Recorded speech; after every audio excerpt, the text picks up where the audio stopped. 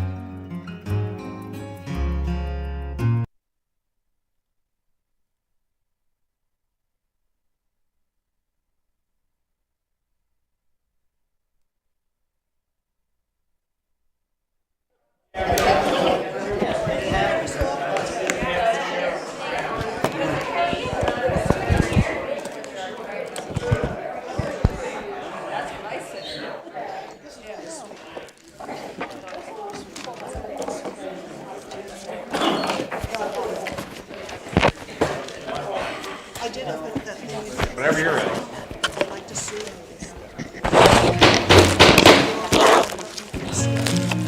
Good evening. I'd like to call everybody to order.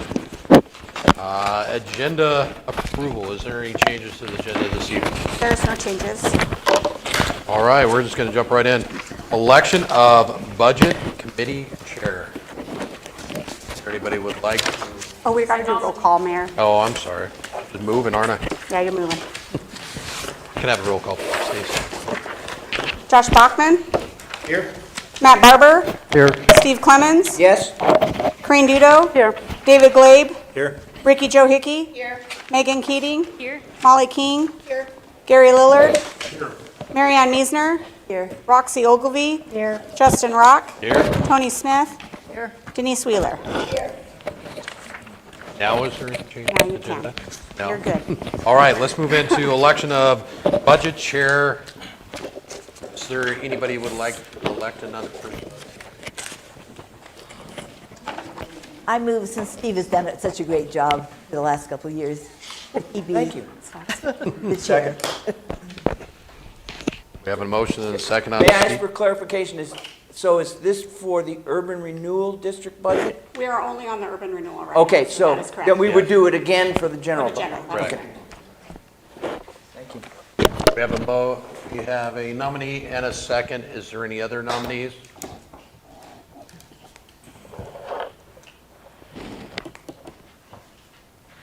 All right. Hearing no further nominees, Steve Clemens is elected chair by unanimous. All right, thank you.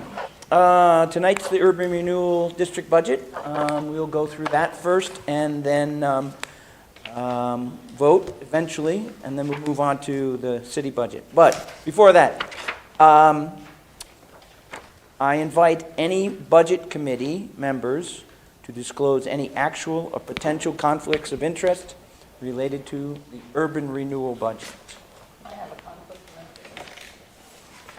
Co-owner of the Tin Depot project.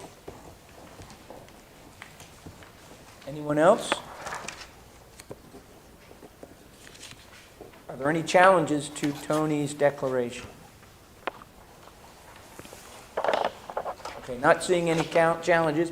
I'm assuming then that she can participate in discussion and voting. Is it a potential or is it a actual conflict? Are you receiving money received from the funds? city through the URA? Yes. Then it is a potential. Yes. So you would have to withdraw. Am I correct? Well, that was funds that were given to you last year for the call for projects, is that correct? Well, they haven't been paid out yet. Haven't been Yeah. paid out yet, so yeah, I would say probably remove yourself from the conversation. Okay. Okay, thanks for that clarification. All right, anybody else have conflict of interest? All right, moving on then, I announce that the public hearing on the proposed 2026-2027 Urban Renewal Budget District is now open. And I'll ask the budget director, the budget manager, John O'Brien, to give us a budget message and an overview. All right, thank you. Thank you, everybody. Of course, this is your first go getting me taking a stab at this, so I appreciate your patience as we work through it. I'm sure that I'm going to make plenty of mistakes, but I welcome any feedback that you might be willing to provide after this is over to help improve future performance. With that being said, I've created for myself a script to help make sure that I say what needs to be said. Fortunately, there was a long history of previous hearings that I was able to draw upon to help author this. So some of these words might sound a little familiar. With that being said, good evening, everyone, and welcome to the fiscal year 26-27 Budget Committee hearing for both the LeGrand Urban Renewal Agency and the City of LeGrand. Tonight's discussion is about more than numbers on a page. It is about how we position our community for long-term stability, how we maintain services responsibly, and how we make disciplined decisions early enough to avoid more difficult conditions later. I also want to recognize and thank the members of the Budget Committee, City Council, City staff, and members of the public for participating in this process. Transparent discussion and public engagement are important parts of responsible local governance, and we appreciate everyone taking time to be involved. This year's proposed budget reflects what I believe is a transition point for the organization. The city continues to operate from a position of stability today, but we are also recognizing that long-term fiscal and operational pressures are increasing and require a more structured and disciplined approach moving forward. This is a major reason the city has implemented the Fiscal Transformation Initiative, or we are seeking approval for the implementation of the Fiscal Transformation Initiative. I believe everybody here had the opportunity to at least review the 3 versions of that were sent out. The Fiscal Transformation Initiative, or FTI, as a long-term governance framework. You will hear that reference throughout tonight's presentation, both here in urban renewal as well as in the city council or city budget. You will hear that referenced. I mean, the purpose is not to create unnecessary alarm, or actually it's quite the opposite. The purpose is to recognize challenges early, respond intentionally, and position the city responsibly before circumstances force more reactive decisions in future years. Tonight's presentation will begin with the Urban Renewal Agency budget hearing before transitioning into the broader city budget overview. What I'd ask is that we hold comments having anything to do with the city budget until tomorrow night. We won't be taking any of those comments until tomorrow, but we will be taking comments tonight in regards to the Urban Renewal Agency. Before we begin, I want to briefly walk through tonight's agenda so everyone understands the structure of the hearing. We will begin with the Urban Renewal Agency budget process, including the budget overview, public comments related specifically to urban renewal, committee questions, and deliberation. After that, we will transition into the City of Grande budget hearing, including the broader budget overview, general fund discussion, and time permitting, enterprise and other funds. Public comments related to the city's general fund will occur tomorrow evening. As we move through the presentation tonight, I would respectfully ask committee members to hold broader questions until the overview sections are completed so everyone receives the full context before deeper discussion begins. And I do want to say this clearly tonight. I fully expect difficult questions. That is entirely appropriate. That is exactly what these hearings are intended to do and support. Tomorrow evening's agenda will focus more heavily on public comment related to the city's general fund, committee deliberations, and continued review of enterprise and other funds.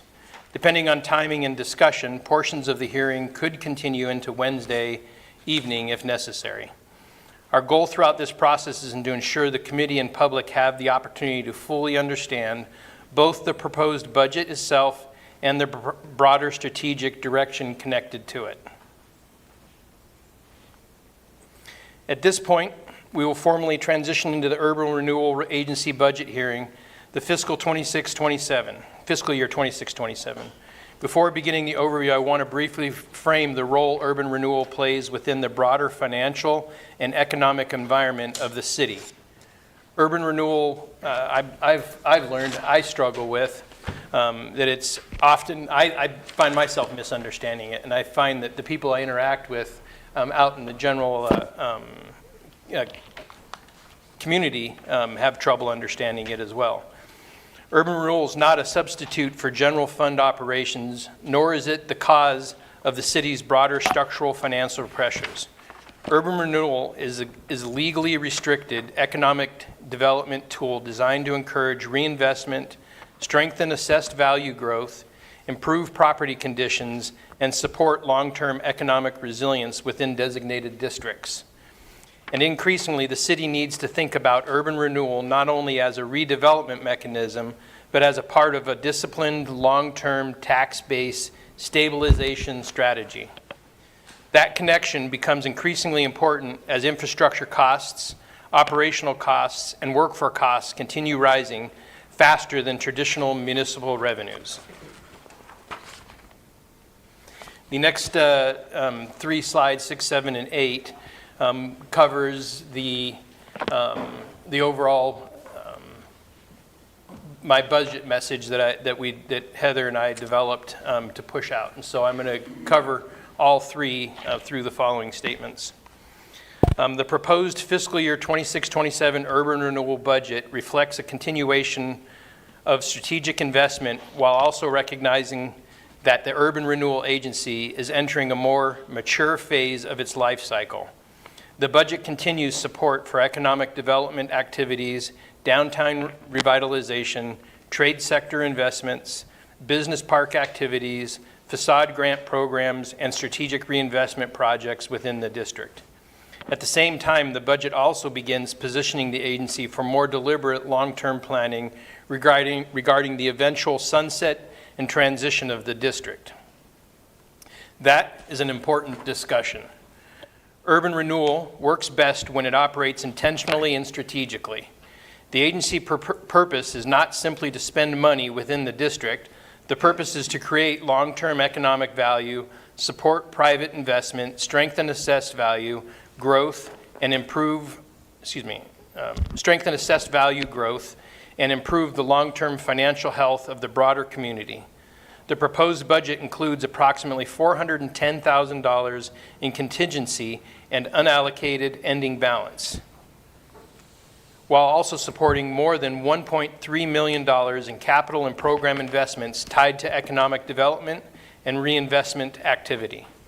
Those investments include call for project programs, trade sector and business program and park investments, urban renewal agency initiated projects, downtown facade grants, support for LeGrand Main Street, and strategic planning associated with the district's long-term future. One of the key themes throughout this budget is discipline. Just because urban renewal resources exist does not mean they should be deployed without clear strategic purpose. Each investment should contribute toward long-term economic resilience, private investment attraction, tax-based growth, and overall community sustainability. Fairly recently, Timothy and I were able to work with a team to build some information that would actually supports the value of what we've gained from the historical use of this program. And so I'm going to go over a little bit of that with you here now. These next couple slides are intended to help frame the broader strategic context surrounding urban renewal. As discussed earlier, urban renewal is not designed to solve general fund operational pressures.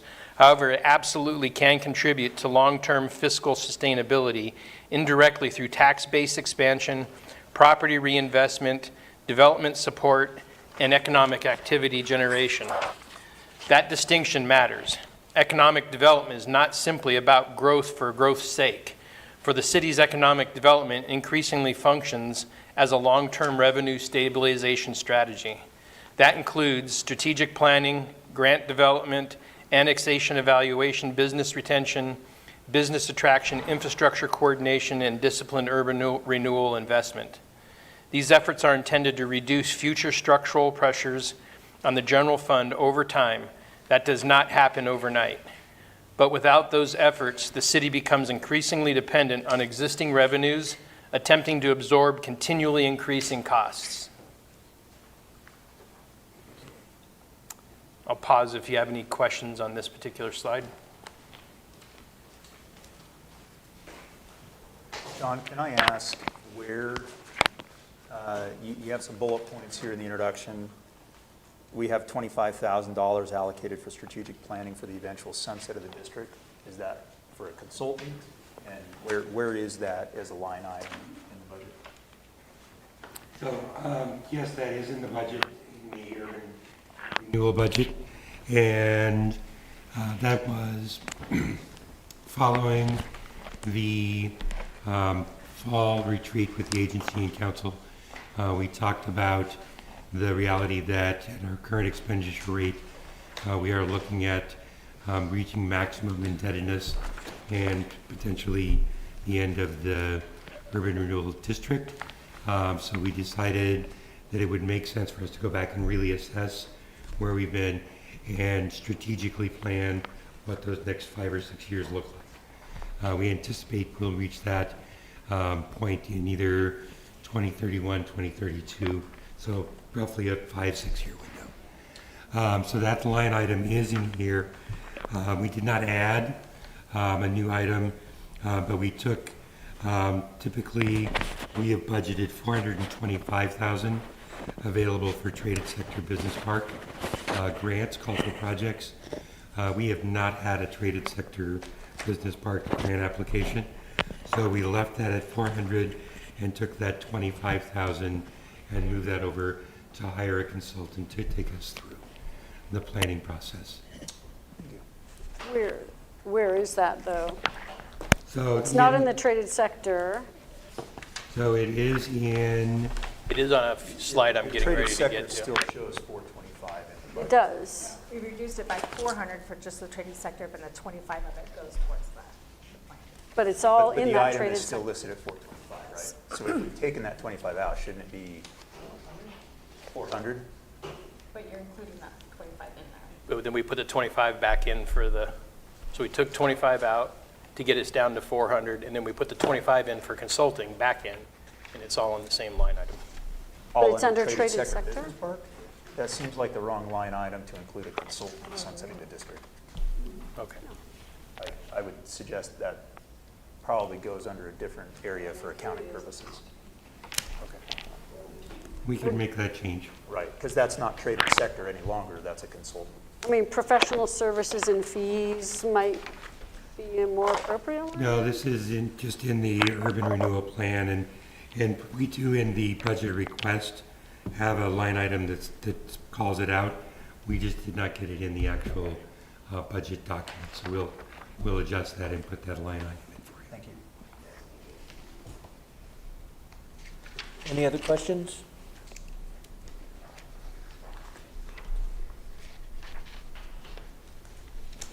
Okay, John? All right, this is just a further expansion on the previous information that I shared.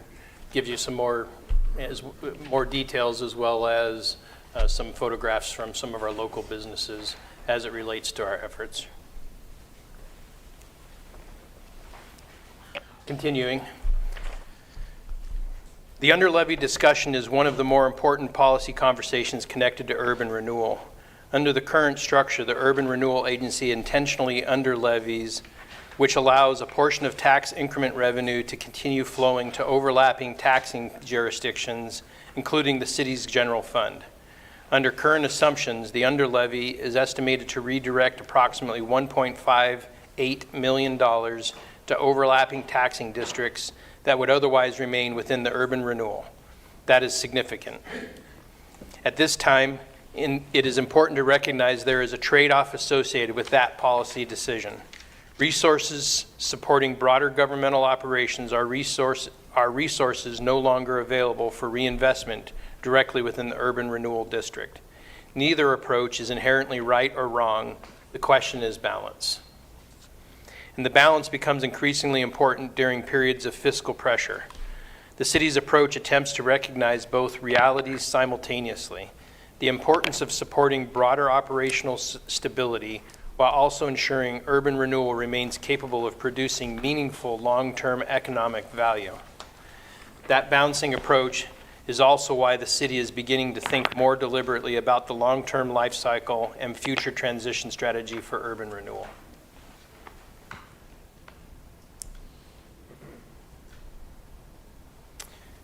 Moving forward, I believe urban renewal investments must become increasingly deliberate, data-informed, and aligned with broader community outcomes.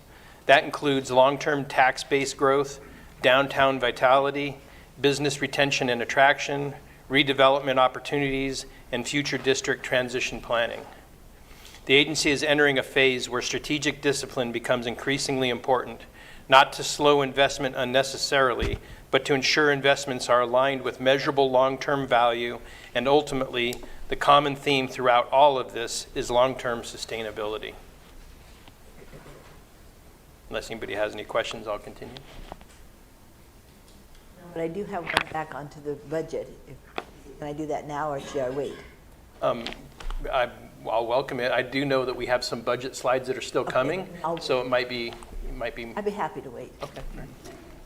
John, is this a good time to bring up questions about the use of the urban renewal funds as far as the levy and so forth? I know I sent some data on that.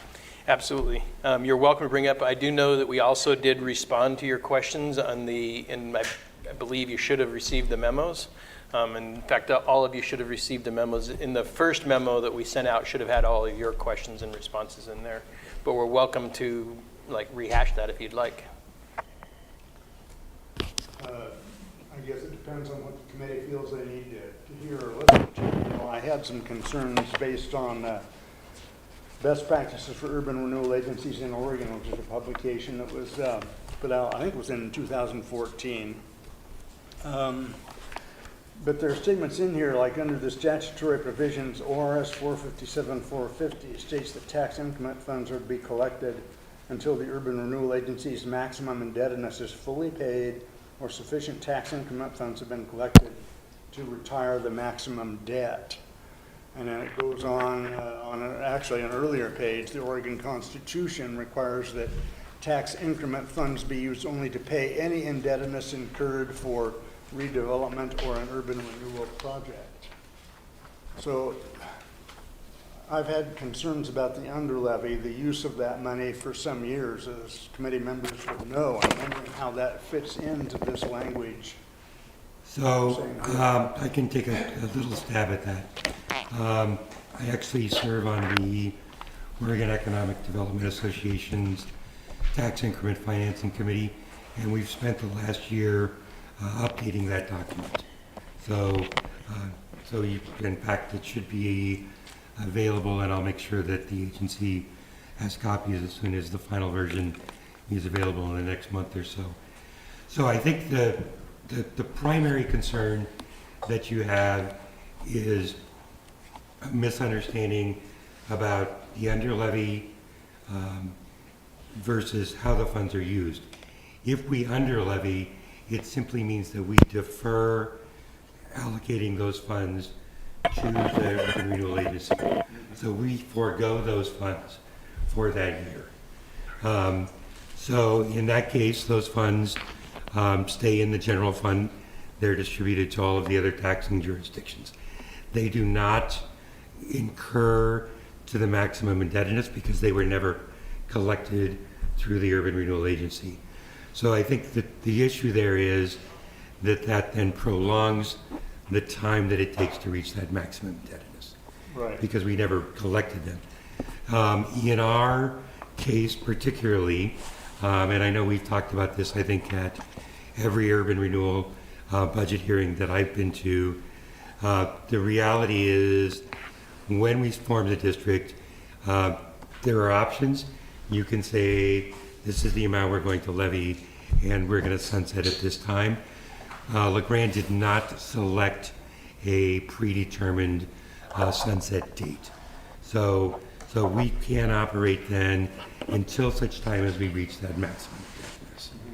So, and that's how we know that under our current rate of expenditures, based on our current budgeting, that we're really now looking at that 21-32 sort of window as when we would reach that maximum indebtedness. And so that's led us to the discussion we had at the retreat last fall, that we really need to be strategic and take a look at, have we really met all of the requirements or the goals that we set out in the urban renewal plan, and how do we want to make sure that we have the maximum impact that we can over those remaining funds. Mm-hmm. So that's that next process. But the underlevy, we're not technically using those funds. We are foregoing those funds, and in fact providing some of that revenue back to both our general fund and to those other taxing districts.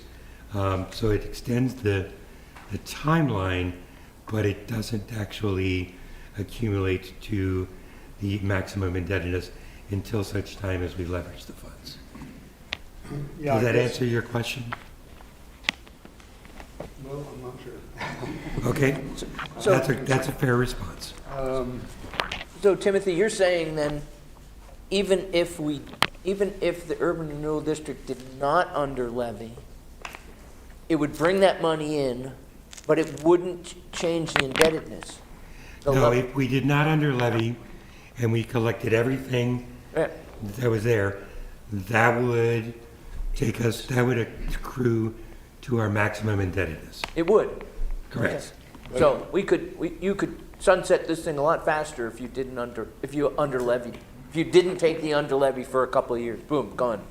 That is correct. But then you'd have all this money in the urban renewal district just sort of sitting there, Well, we unless would it's have to obligated spend to it. some projects. Well, we would have to spend it as Right. it came in. Appropriate it. But we'd also, like doing it the way we're doing it is giving our other taxing districts Yes. the opportunity to have some more money. Yes, yes. And that was, I have to take some blame for this because when I came back on the council in 2014, one of the things I asked Robert was, can we harvest something from the urban renewal district? And he said, yes, we could do that. And that was back in 2014, I think, about when we started it. So So, 2017 is actually the first year oh, okay, that we under levied all right. funds from the urban renewal district. So it took a while to get to it, but it was, So- we've extended the life of this thing. Yeah, Longer than and the we urban anticipated. renewal under levy is not a policy. It's not a directive. It is a budgetary decision Tool. that's made every year. Right. So the budget committee agency could in fact say, no, we just want to collect everything and start paying off the debt that we've incurred, or we want to focus on a big project that will require that fund. Yeah. That's a budgetary discussion. Right. That this committee And can it have every could, year.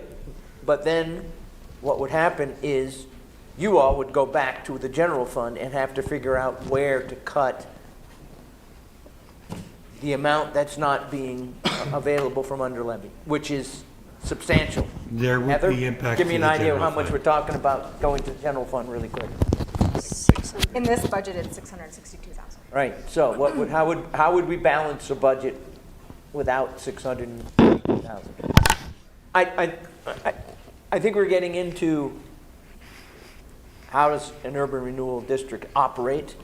I think we need to kind of move on with our discussion and get to the budget itself. So, Can we, while we're talking about amounts, can you speak to the historical amounts that have been under levied and how this compares? I can, and we didn't do a slide on this, but, so in 2017, we started out, that was our first year of under levying, it was 525,000. Then we reduced it down to just under 300,000, and it slowly went up for a couple years. And then in 2021, it went back down to 280,000, 2022, 205,000, and now it's slowly creeping up. Yeah, my recollection was it's around 300,000 last year. So this, Last year, it was 574, well, this current fiscal year that we're in, 574,000. so this is comparable to last year. Okay, thank you. If you recall at one of our previous work sessions, that was a discussion that we had, that was the plan to replicate fairly close to the same as what we did last year. But if I heard you correctly, you did indicate that it does postpone the sunsetting of the urban renewal, Yes. which has been part of my concern, why I've been bringing this up year after year after year, is because it does continue to push that out, and ultimately, it's a source of money for the general fund as well as the other taxing districts. So it's all well and good, I guess, to give them some money now, but by doing so and using this under levy, we just postpone being able to apply the whole thing. I guess that's... What you're highlighting is correct. It's just basically what it comes down to is a decision of how we want to implement. And this is the way that we've elected to do it, especially because this next year, our intent is to spend some significant time building an actual plan of how we want to approach the end. And so this gives really more than anything, me more time to get smarter and be able to invest in developing a better plan. So we really need the under levy to make the general fund work, basically. It helps, yes, for sure. We don't have to, but it helps. Yeah.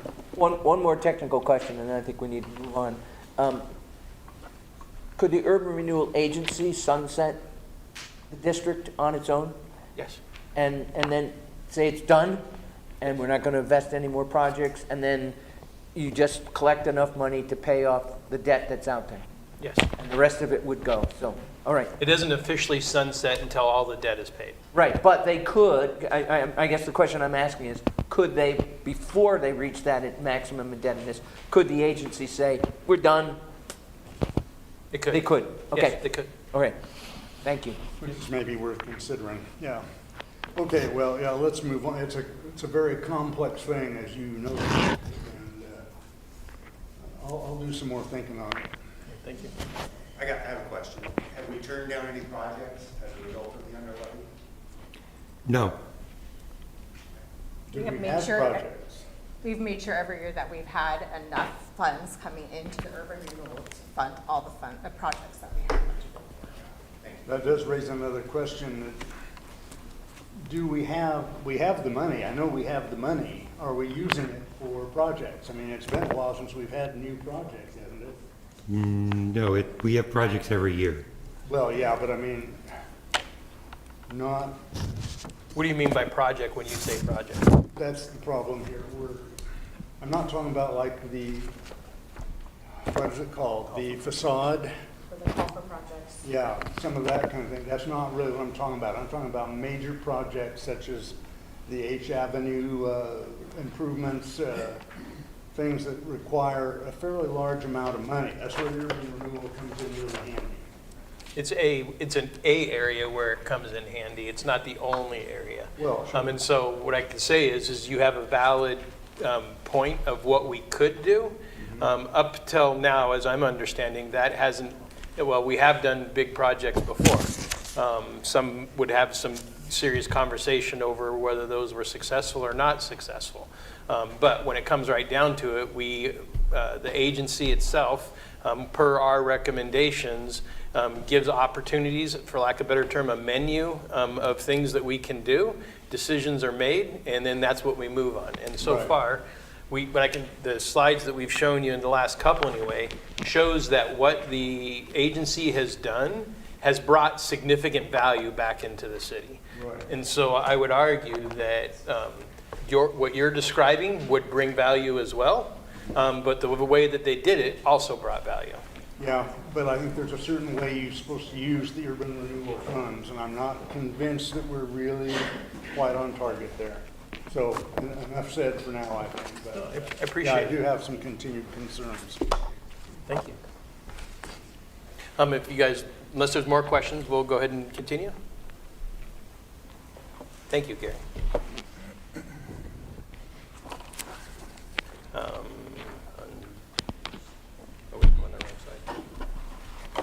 Ultimately, the proposed urban renewal budget reflects what I believe is a balanced and disciplined approach. The agency continues investing in targeted redevelopment and economic development activities today, while also recognizing the importance of long-term organizational and financial sustainability. Urban renewal remains an important economic development tool for LeGrand, but like every public resource, it must be managed intentionally, transparently, and strategically. And that is the direction reflected in this proposed budget.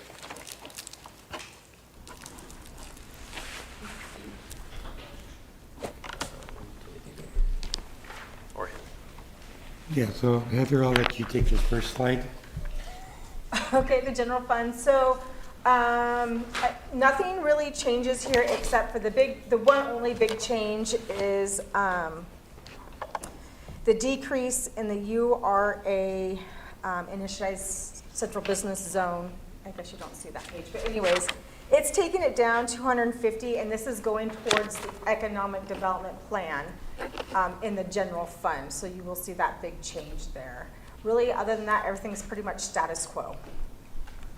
We have the call for projects that are carried forward, but other than that. Here, the debt fund, this is where all of our debt payments come out of, just our normal debt.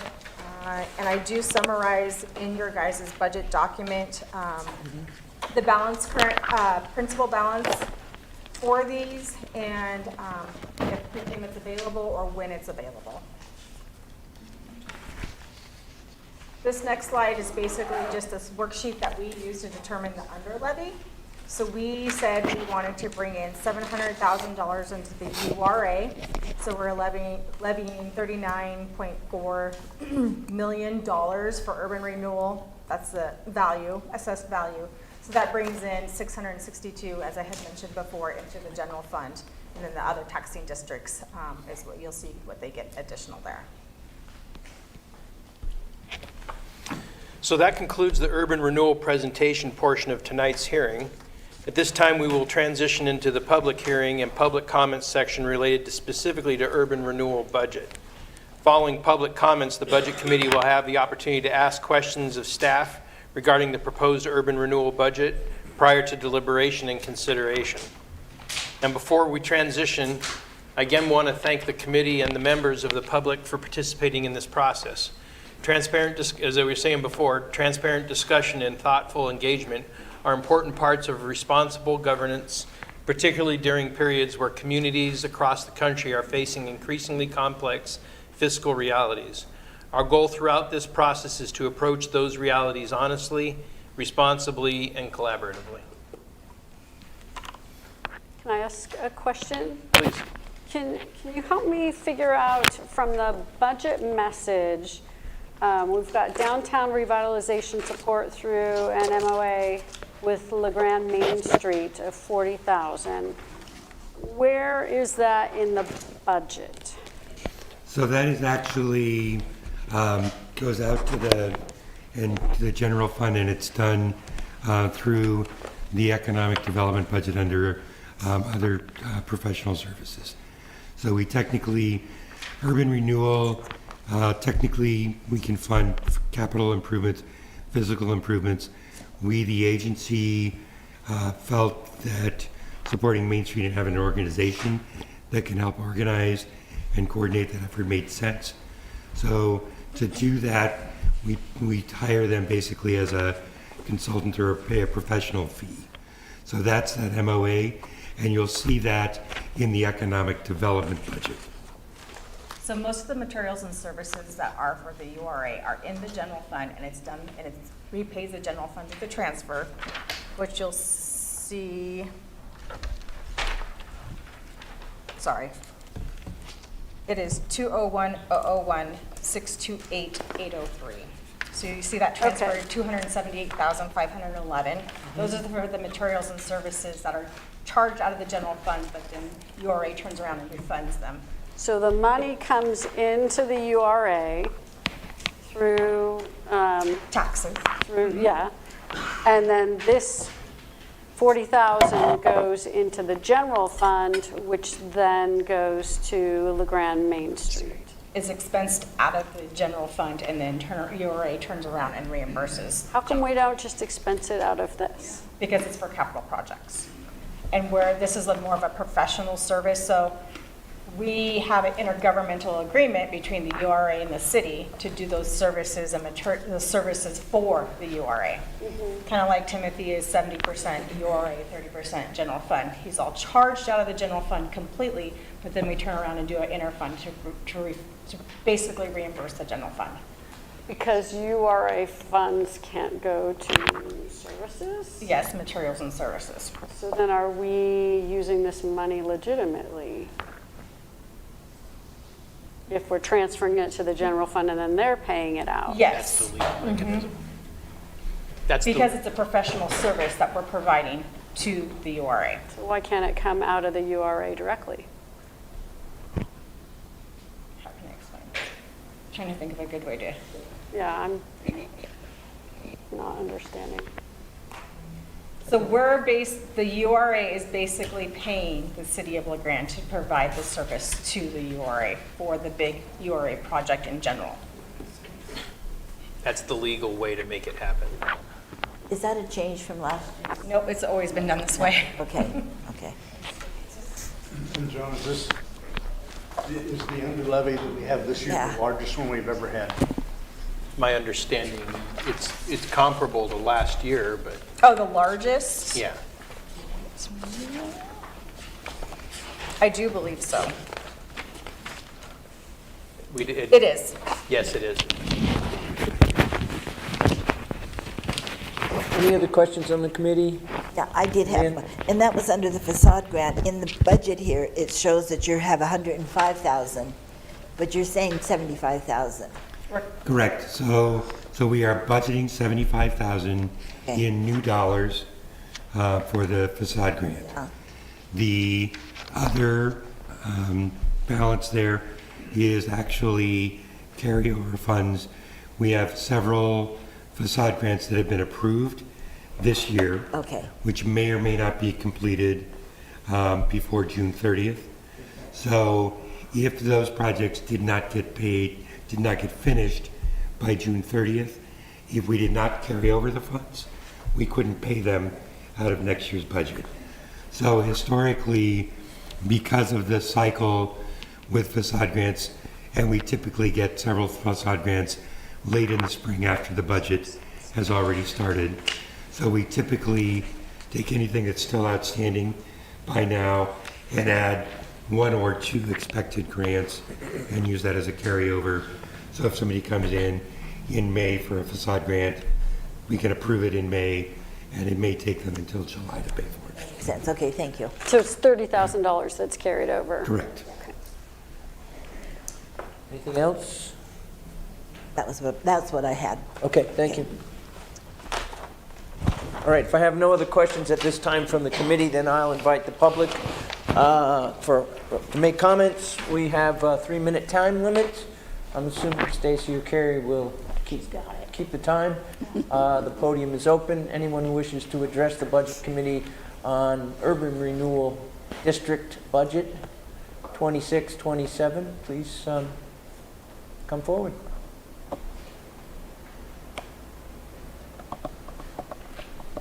Not seeing a lot of action. So, I'll stop any public comments and invite discussion among the Budget Committee itself. We've had a lot of discussion so far, I think, on under levy, what's the word? Procedural elements of the urban renewal district. As much as I've learned about this, it's always a new thing that I find out. It's a very complicated structure. But I think we have a budget that is comparable to what we had last year. And I'm appreciative of the idea that there finally will be some discussion on sunset and doing that in a realistic manner. So, any questions, discussion from the board, the committee? If not, Steve, I do have a question. Yes, go ahead, Roxy. So you need to think about the dollars coming in. There's a pool of money that is call for projects. There is and that's the committee, and ultimately goes through the council. Then there is the agency's amount, which is $250,000. I'm curious because I'm thinking back. When was the last time the agency funded a major project? Not the call for projects, but the agency made a decision to use that money to fund a major project. The only thing that comes to mind is the marketplace. Is there something since I'm not remembering? They did the street thing from. No, this was initiated, not the streetscape stuff. This would be a project That was a like. project though. In the central business zone. Yeah. Okay. Because you retain money every year for major projects. And I just do not recall anything since that being funded. I can't think of any project. We talked about the Bonenkamp building at one time. There were 3 projects, Yes. and they declined to put money into any of them. So I can't remember either. I just remember us talking about them. Yeah, we looked at it but didn't find something So suitable. there's that chunk of money sitting there. Yeah. Yes, it is. That you increase every year. Well, this year it went down by 50%. This year, but Yeah. what happened to the money that hasn't been expended? It just gets carried over. It just, gets carried over. So I'm having Yeah, why? Why? When we had 3 viable projects before us, They came Why? to premise they were not viable projects. As the agency, we did not feel that they were. they were viable. Okay. For good use of taxpayers' money. So when was Yeah. the last project? Marketplace, correct? And that was in the form of a loan, and the loan has been forgiven, correct? Yes. Correct. Okay. Something to ponder. That is not a great idea. I will throw that one out there. Any other discussion or comments? I think that, Roxy, I think that's an agency decision about whether or not they, well, one, should it be in the budget? What would you do with that money? Two, if a project came up that they wanted to do something with, they could. Right, that's Right, why- a bigger project. Right. And I think that was the whole premise on not, Buzz. but there's this pile of money just sitting there. Right, well, and you could say the same thing for the 425 for the traded sector in the business park. So all total, the council Do we is sitting really on wanna start on that, Steve? $675,000 of money that's sitting there waiting to be invested in some way, shape, But if you don't have it in the budget, you can't do it. Right. Comes up. If That's something true. comes up and you don't have it in the budget, you're out It's, of luck. you can't use it. So So Do we it's- have anything on the horizon? You don't know. I mean, I don't think there is anything. Let's save that for, You might know. yeah, let's save Let's save this. that for the But URAC. I'm just curious. So, some of that is a little bit sensitive topic to speak about when some of the people that are investigating the potential aren't wanting that information to be shared until they're ready Sure. to step forward with it. So what we can say is there are people investigating the desire to utilize those funds. You know, it's probably about time to take the vote, but I think this is one year, for the first time, we can vote no on it, because I just think there's a better way of approaching the use of these. And if we're not using the funds, then what's the purpose of the urban renewal? We need to get some major projects out there, and if they don't exist, they don't exist. So maybe we need to use the urban renewal money, and maybe we need to sunset that thing and move on.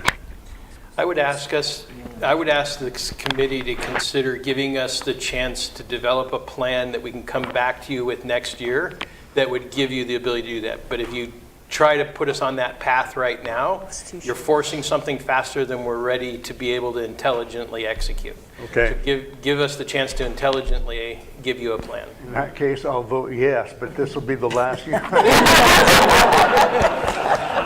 No voting yet, Gary. No voting. Yeah, on notice. And any more discussion or questions? I do want to make note, so to better answer Corinne's question, the interagency agreement between us and the URA is what makes it legal for us to do that and spend the funds that we are. And that was based on some legal advice that was given to us, I believe, when it was first developed. Okay. So the URA and the Grand Main Street are the ones who have, The URA and the city, and the city. because they're actually two separate entities. Yes. Okay, anything else? Thank you. If not, I close the public hearing and I will entertain a motion for the Urban Renewal District 2026-2027 budget. And it's a suggested motion right there. Go ahead, Megan. I'll do it. Oh, I'm good. What are you calling on me for? Well, I'm saying you could read the motion if you want to. All right. You're all in trouble because I can see you. I know, I'm right in your line of sight. Yeah. All right, I move that the Urban Renewal District certify to the county a request, this is the right motion, right? Yes. That $39,497,591 in increment value be used for the purpose of dividing taxes, and that the Urban Renewal District's budget for fiscal year 2026-2027 be approved as presented, And further, that the budget be forwarded in its entirety to the Urban Renewal Agency for consideration and adoption during the Urban Renewal Agency regular session on June 3rd, 2026. Thank you. Do we have a second? Second. All right. We've got a motion and a second. All those in favor say aye. Aye. Anyone opposed? Do you want any additional budget? Oh, we need a roll call. Yes. Okay. Stacy, can we have a roll call vote, please? Do you want to do any more committee discussion first, Chair? I just want to make sure. We could. Anybody else? Yes, I see that. Now I see that. Little levity helps a little bit. Well, out of practice, are you, Steve? So we've got a motion, a second. Any other discussion on the budget? No, Stacy, could we have a roll call? Yes, yes. Thank you. We can do that. Josh Bachman? Here? Or Or is it an aye? yes or no? Yes. Matt Barber? Yes. Steve Clemens? Yes. Corinne Dudo? Yes. David Glabe? Yes. Ricky Joe Hickey? Yes. Megan Keating? Yes. Molly King? Yes. Gary Lillard? Oh, yes. Marianne Miesner? Yes. Roxy Ogilvie? I'm going to abstain. All right. Justin Rock? Yes. Tony Smith is abstaining from the vote. Denise Wheeler? Yes. Motion passes. Now you can continue. Okay, well, the Budget Committee for the Urban Renewal District is hereby adjourned. The committee will reconvene on June 3rd, 2026 to consider approval of the Urban Renewal District Budget Committee meeting minutes. Encourage everybody to chalk that in on your calendar and show up at City Hall for that very, very brief meeting, and your vote is important at that point. So, with that, I'll adjourn the Urban Renewal District Budget Committee meeting and turn it over to Mayor Rock to start the next one. So before we start, I'm going to give everybody a 5-minute break. Before we start, we'll get 5 minutes. It looks like it's 5 to 6. Get back in here. Oh, I'm sorry. 5%. Could we turn down the air It is a little 8 bit? minutes to Yes, 7, so thank 7 o'clock. Everybody back in the room at 7. I'm really cold. Me too. I know. Thanks, Justin.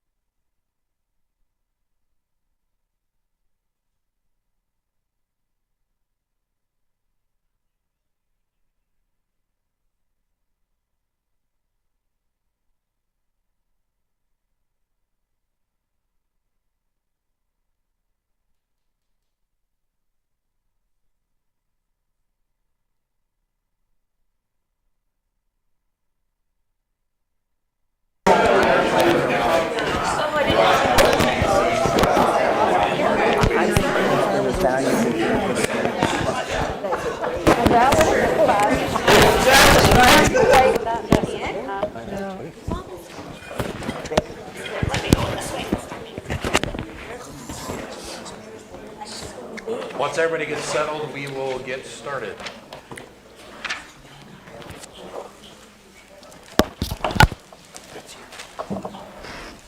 Do I need to hit the gavel again? I would like to call this meeting to order, and this time could we have a roll call, please? Josh Bachman. Here. Matt Barber. Here. Steve Clemens. Here. Corinne Dudo. Here. David Glabe. Here. Ricky Joe Hickey. Here. Megan Keating. Here. Molly King. Here. Gary Lillard. Still here. Mary Ann Meisner. Here. Roxy Ogilvy. Here. Justin Rock. Here. Tony Smith. Here. Denise Wheeler. Is there any changes to the agenda? No changes. Well, this time we will go into election of budget chair. Is there any nominations for a budget chair for the general fund? I nominate Steve Clemens. I'll second that. We have a nomination and a second. Any other? Hearing no further nominations, Steve Clemens is elected chair by unanimous. All right. Thank you again. You got to put up with me for more than tonight, so here you go. We have to now elect a vice chair in the event that I am unable to make all the meetings. So do we have any nominations for vice chair? Nominate Corinne Dudo. Second. Any other nominations? I didn't think a board member, a council could be, Well, that crossed my mind. Okay. City recorder? You guys are all budget committee as a sitting agency committee right now, so I think that why would were be. we always told we couldn't do that? What? You were told that? Oh, yeah. Well, this is. Well, we're what changing being- that right now. I'm fine with someone else. Yeah, me and Heather just discussed it, and we, Okay. as 14 members, are part of the budget committee. You're not sitting here as council members and agency members. I think this would be a first, Mary Ann. I think so, too. I've never, yeah. You better show up.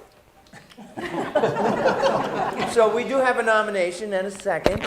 Any other nominations? All right, hearing none. Looks like Corinne Dudo is vice chair by mutual consent. All right. Conflict of interest. I invite any member of the Budget Committee at this point to disclose any actual or potential conflicts of interest related to the budget. I will start us off. So for the city budgets, I am declaring a potential conflict of interest because the city of LeGrand has a competitive awarded contracts for towing services which may include a business in which I have an interest that could receive payments from the city's general fund budget or the other cities' budgets. I do not believe this potential conflict of interest will influence my decision regarding the city's budget and that I can remain impartial. Therefore, I will be participating in the discussion and voting on the city's general fund budget. Any challenges to Justin's declaration? All right, thank you, Justin. I'm not done yet. Okay. Oh, so you have another one? I do. Okay.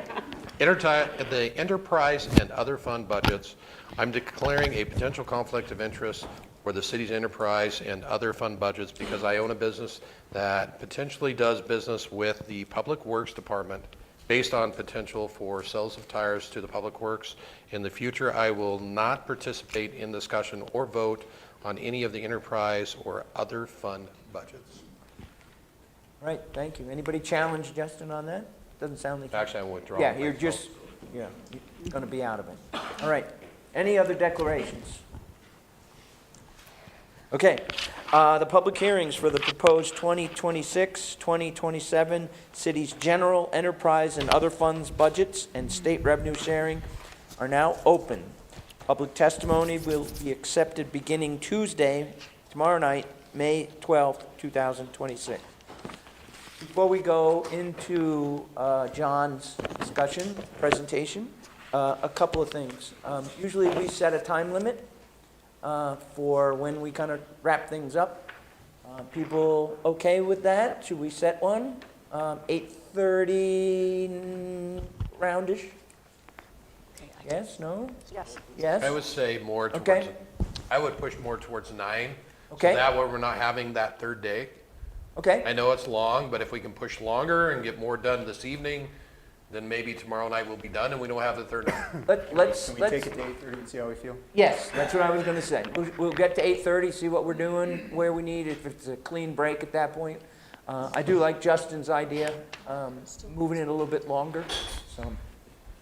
I always like having this role because I have some prerogative, and I promise that I won't abuse it this evening, but I do want to say this. This is John's first rodeo here. No offense, John. I think it's the reality is we've had 15 years with Robert as the budget officer, and we got comfortable with that. That was the way it was. John's got a different approach to things. And last year, I know Gary and I had some discussion during the budget presentation about, the way the budget was structured and the desire to be a balanced budget and some other things. Gary and I reserved ourselves because those were policy decisions that the council needed to address before you even got into budgets. And I'll be honest, I have some concerns about the budget that borderline on administrative decisions. And I don't want to step on John's toes when we get to those things. So I think it's important for us to all remember our job here is fiscal responsibility. Do we have the resources to do what's being asked to be done? Keep that piece in mind. As we go through the evening, as we go through every budget, do we have the resources? And think financially. Try not to, as much as I like to get into policy, try not to do that. Try not to step into the administrative role. I think that's going to be really tough for us to do. But it's also important for us to find that balance about what we're trying to achieve tonight and tomorrow night, and hopefully not the third night. So with that, John, I'm going to turn it over to you. You've got an opportunity to present a budget message, and then the process is going to be different. Robert had a way to do it. You're going to have your own way. So with that, go for it. Thank you. I appreciate that preemptive. Not that you're adding any additional pressure to it by saying that either. So welcome to the City of LeGrand fiscal year 26-27 budget hearing. The next several slides, I think all of you had the opportunity to read the budget message. I'll traverse my opening statement here and then move through these. I'll stop at the slide that you'd like me to stop at if there is one that you would like me to stop at. But tonight's discussion is about more than balancing revenues and expenditures for a single fiscal year. This budget represents a transition point for the organization.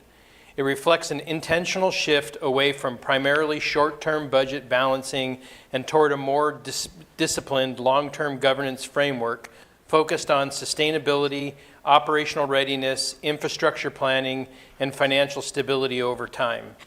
The city continues to provide essential services today from a position of operational functionality and overall stability. At the same time, we also recognize that the current trajectory of rising operational costs, infrastructure demands, workforce pressures, and limited municipal revenue growth is not indefinitely sustainable without structural alignment and long-term planning. This is the purpose behind the Fiscal Transformation Initiative. The Fiscal Transformation Initiative and tonight's proposed budget presents the first major operational phase of that framework. If you've had the opportunity to read, parallel to this effort and getting this budget approved is inclusive of wanting that Fiscal Transformation Initiative plan to be approved as well. So all of the decisions that we have made, or I have made in regards to this, is in support of getting after that plan. And I recognize it's ambitious. These slides provide a high-level overview of the proposed budget across all funds.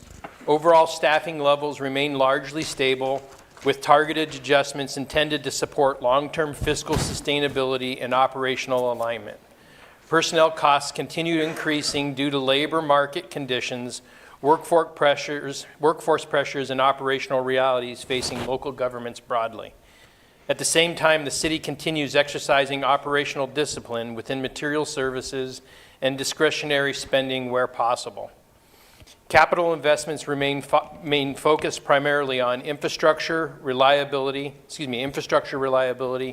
public safety support, technology modernization, and long-term system sustainability.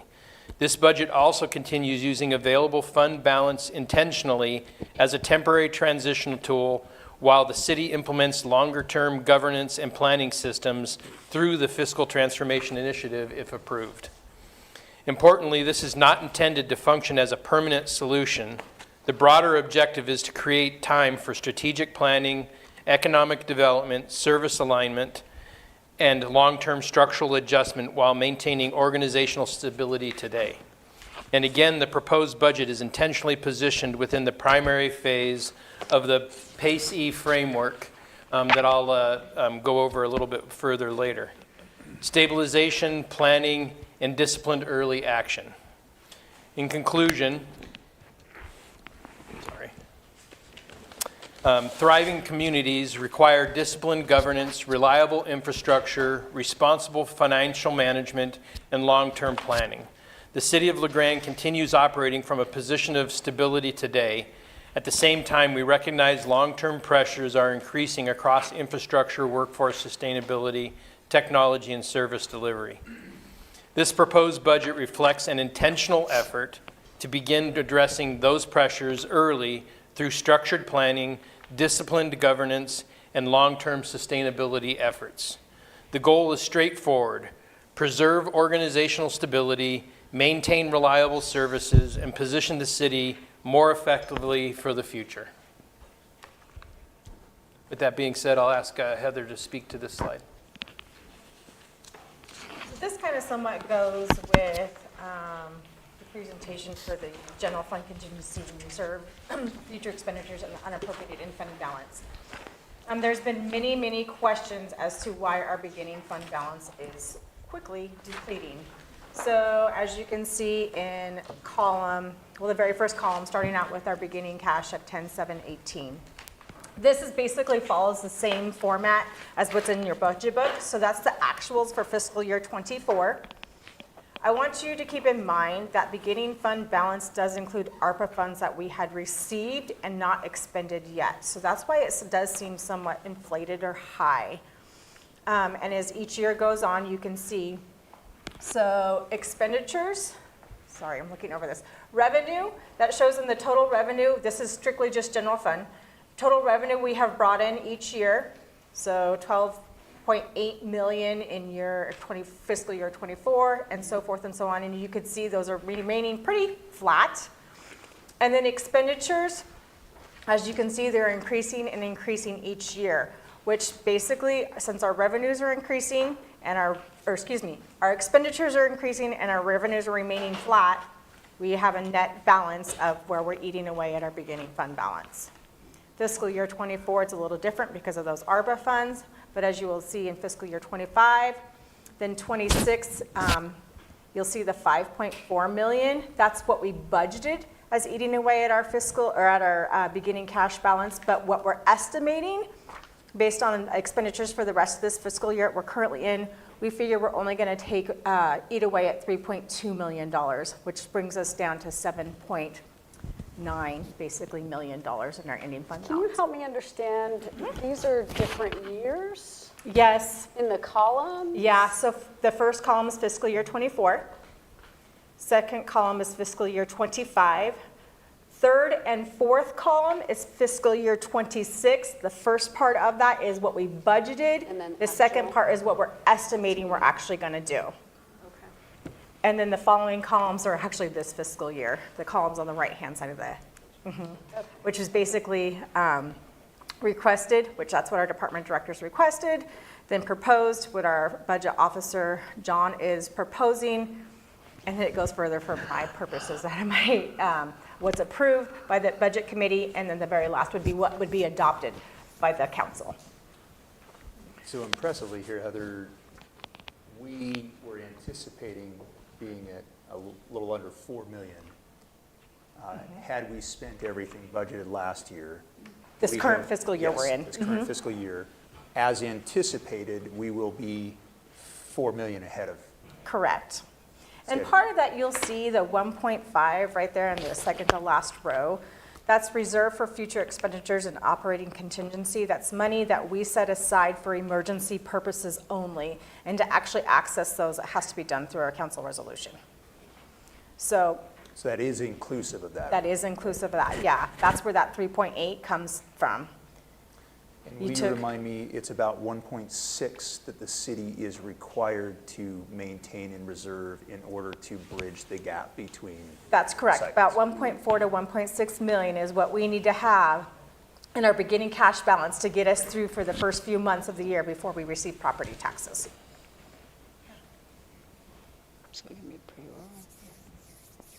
Any questions on it?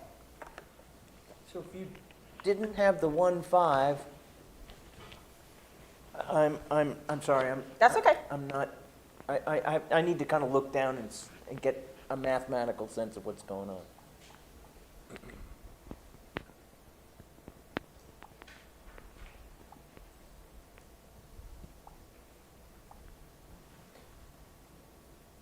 So even with the carryover and the revenue that comes in,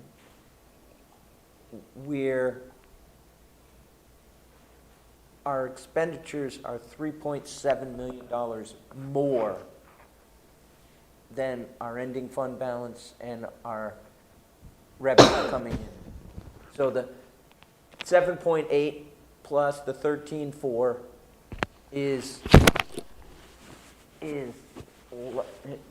that should be more than the 17.1 in expenditures, right?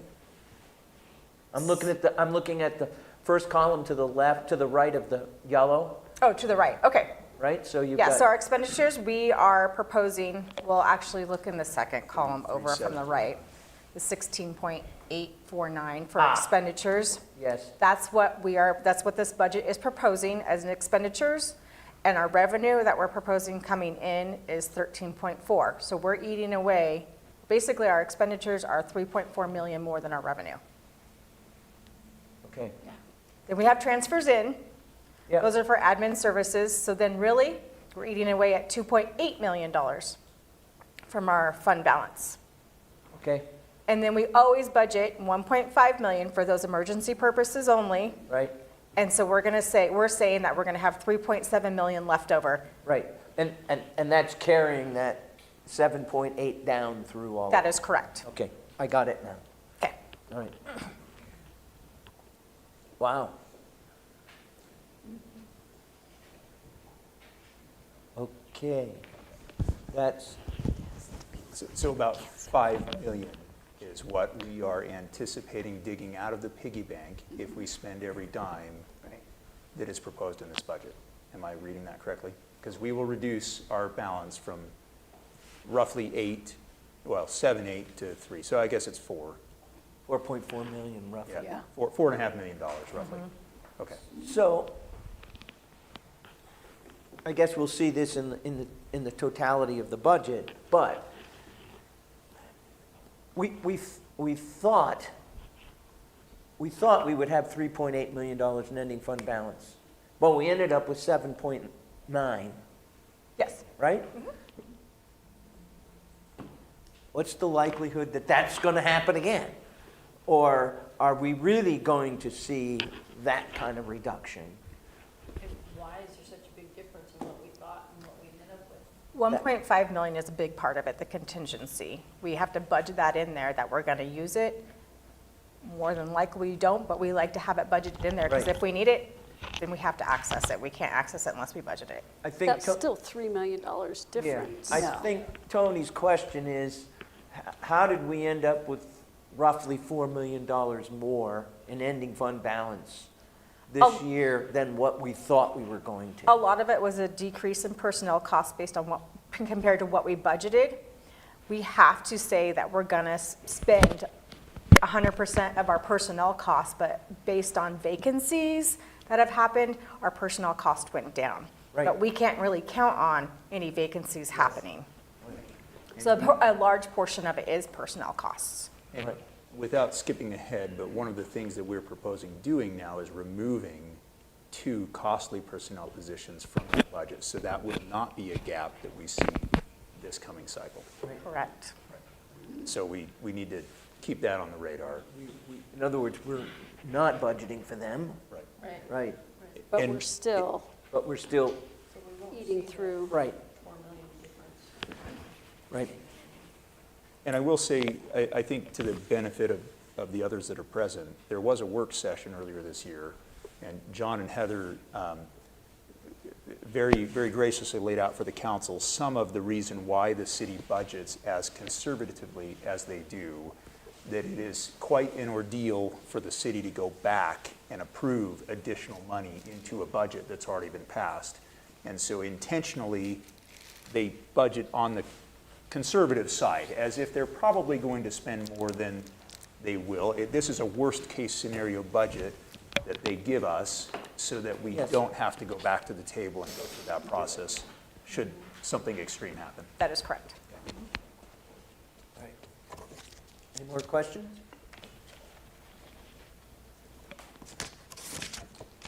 Thank you, Heather. So this is probably the most important conceptual slide in the presentation because the Fiscal Transformation Initiative, if approved, is not simply a budget exercise or a response to one difficult fiscal year. If council approves, FTI is intended to function as a long-term governance framework for how the city approaches financial sustainability, service delivery, infrastructure planning, operational readiness, and long-term community stability. On the left side of the slide, on the left side of the slide are the realities facing communities across Oregon and throughout the country. Rising operational and infrastructural costs, constrained revenue growth, and a growing gap between service expectations and long-term fiscal or financial capacity. Those realities are real, and it is healthier to acknowledge them early rather than waiting until options become significantly more limited. The middle section reflects the governance structure the city is planning to implement through the FTI if approved. Financial guardrails, CSRI or Community Service Readiness Index monitoring, and the PACE, I'll explain that in a little bit, governance framework. Together, these systems are intended to improve visibility into fiscal conditions, service readiness, infrastructure sustainability, and long-term decision-making.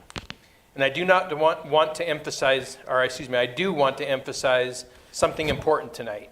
The proposal, or the proposed fiscal year 26-27 budget, is intentionally positioned within the primary phase of the PACE plan. This is not an emergency budget. The first P is primary. This is not an emergency budget. It is a stabilization and planning budget intended to begin changing long-term trajectory early enough that more severe future conditions become less likely. Now, candidly, this framework is ambitious. There will be challenges. Timelines may evolve, and not every variable is within the city's control. But the purpose of FTI, if approved, is not to eliminate uncertainty. The purpose is to improve the city's ability to navigate uncertainty intentionally rather than reactively. Ultimately, the outcomes we are attempting to achieve are shown on the right side of the slide. Stable services and stable finances, because the goal is not simply balancing numbers on paper. The goal is preserving reliable services, organizational stability, infrastructure functionality, and long-term public trust. And finally, the statements at the bottom of the slide really capture the philosophy behind the framework. We are not simply reacting. We are working with a long-term plan, and equally important, success depends on all of us, the entire community. Because this effort ultimately requires community engagement, transparent communication, and informed long-term decision-making together, this is not a one-year progress. Excuse me, not a one-year fix. Progress will be measured over years, not months, and ultimately, this is the purpose behind the Fiscal Transformation Initiative. Unless you have any questions on this. So can you give me an example of what you would be doing differently with this initiative than what's happening now? So if you had the opportunity to be able to read through the strategic plan that we sent out, I'll try and give you a quick cursory overview of it. But within that PACE, the primary, alternate, and contingency, engagement, and emergency, is the intention for us to do the best that we can to solve our revenue-generating problem within the primary, alternate, and contingency. In the primary stage, it's not intended to be by year. It will evolve probably more rapidly than that, but in the primary tier of that is intended for us to implement some revenue-generating opportunities, while at the same time do some planning and position ourselves with some additional resources next year that are intended through creative means. Some may be costly, some may be, we may be able to find some, we're still figuring that part out. But the intention is for us to implement some revenue generating in the first year, while at the same time plan for us to do further implementation in the years that follow. In the best case scenario, we will be able to solve our revenue generating problem. The plan itself is intended to affect over a 5 to 6 year period. But within the plan also are thresholds that we've built into it that would cause us to expedite how fast we're traversing that plan. So where it's conceptually intended to happen over 5 to 6 years, it has the ability to contract and move quickly. But the key component in all of that is our communication with the community.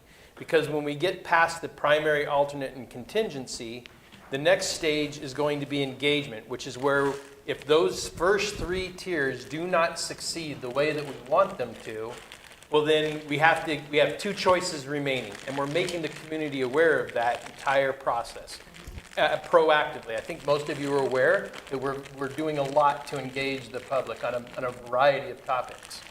The intent is to make sure that they know the plan, they know what we're doing, and that they trust what we're doing. But if we reach a point in time where we're losing money faster than we can generate it, well then within the plan dictates when we would reconvene as a group. It dictates in the plan what that would look like. And then decide what the next engagement portion is going to look like. Most likely, my recommendation theoretically right now would be for us to start talking about the potential of establishment of a special district, which would be anything from a library special district to a Parks and Rec special district to a public safety special district. The intention behind that is to get the relief that we need to keep the revenue generating that we want to do to occur in a way that's effective. And with the current pressures that are on there, if we don't change it, then we're going to end up in a really bad way. But what I can say is through those, whether we achieve those thresholds early or through the plan, the intent is to never get to engagement and never get to emergency. But the community needs to know we're doing the best that we can to make sure that that happens. So that if we do bring to them a vote, then at least they can say, if they vote no, they're not voting no because they don't trust us. They're voting no because they just don't want to, they're not willing to increase their taxes. But they also know that then the only thing that's remaining is a guarantee, this plan is a guarantee that we will have full balanced budget in the way that you would want it to be balanced, but gives us an opportunity to do it before we cut services. Because if we cut services right now in order to achieve it, we can accomplish the conservative goals that have been accomplished historically, put ourselves back into the position to where we're starting to put more money into the general fund. However, our community is going to pay the price for it. they're going to get less services at a more diminished capacity than they already do. And I've gotten a wealth of information from the community that suggests that they're already not happy with the services that they're receiving. So this education process is giving us the ability to give them full awareness, not guaranteed, but an opportunity to give them full awareness of the work that we're doing to be responsible stewards of the money that we're getting, with the intent to make sure that if we reach a decision point, that they feel informed, and then we have the ability to actually move forward. And it's also a way to manage expectations. We tell them, we've given you maximum opportunity to understand and aware that this is what it takes for us to get there. You're choosing not to empower us to give you what you're asking for. Therefore, the only thing that remains is for us to cut services. That's the intent of this entire plan. So is this a plan, initiative plan that's used elsewhere that you know results from, or? That's a good question. So what I can say is I built this plan based off of experience from over the course of my professional life. It's actually, truth be told, a hodgepodge of many different things that I've experienced over my time. And as Heather was educating me into our organization, I was able to start and see how things from my past would help us to be able to better manage this. And I'm not suggesting that it was managed poorly before me. I'm just simply saying if we want different than what we've historically had, we got to do something than what we've been doing. And this was intended for me to bring something that I had knowledge of and experience of types of success in this type of planning in order for me to be able to apply it to this. And when you heard me mention before the Community Service Readiness Index, that is actually during my interviews for coming to the job, the very final interview that I had, I talked to them about a structure that we had in Army Installation Management Command called ISR. It stands for Installation Status Report. And it's a correlation between the services that we provide, the resources that we receive to fund those services, and the quality of work that we're doing as it relates to both of those, the community expectation, the amount of money that we have, and what is stated as what is desired. And that way we can more plainly talk from a color code perspective of how well we're performing in that. The team is in the process right now of building that dashboard out. It takes a lot of work. It's significant. Some of the money that we took creatively from this budget that we had started the funding of that platform. And some of what's in the budget now is intended to continue to fund that because we have a 3-year contract in order to implement it. But that tool is going to give us the ability to more effectively and transparently communicate with this body, to communicate internally with our workforce, and to communicate with our community, and ensure that everybody can talk about the topics at the level that they want to talk. Meaning, if you want to talk at the 50,000-foot view, we can talk about it there, and we can show it to you in the dashboard. If you want to talk about it, you have a propensity to want more detail, then when it's developed far enough, we'll be able to talk about it at the sea level perspective. And then much further down the road, we'll be able to take it down to a very granular level.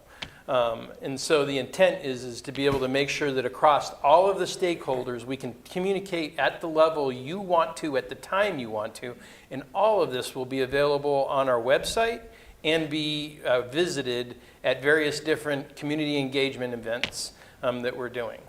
So when you're looking through the lens, I'm getting a little ahead of myself, but when you're looking through the lens of the things that I'm asking for here and the things that I'm protecting or the decisions that I'm making of why I'm increasing cost in some areas but decreasing cost in others, it's to protect the plan. It's to give the plan the maximum and best opportunity that it can have in order to be successful. I'm not trying to tell you that I can promise you and guarantee you it's going to succeed, but what I can tell you, it's better than the plan that I had coming into the seat. The problem that the city has done a great job of mitigating it up to this point, but call it bad luck. But the moment I came into the seat, it became acute enough that we don't have time to wait. The longer I wait to start getting proactive into solving the problem, I would have liked to have waited 1 to 2 years before I started doing anything like this, just figuring out the city. But I would say I'd be not serving this community very well, and I'd not be serving you very well if I didn't, besides that, and believe me, I've frustrated the staff significantly because they probably would have liked to wait and get to know me better and get to know me to get to know the city better. But what I can say is the problem's that bad that if we don't start working on it now, I'm only kicking the can down the road further to make the problem bigger and worse. And this plan, the Fiscal Transformation Initiative, and the budget that we're proposing is intended to get the results that I think everybody in this community and in this room wants. I apologize. That was a lot of words. So, John, I appreciate that, and I'll admit that I don't fully understand what this plan is that you're trying to accomplish. The bottom line concern I have is based on what Heather showed us in terms of ending fund balance.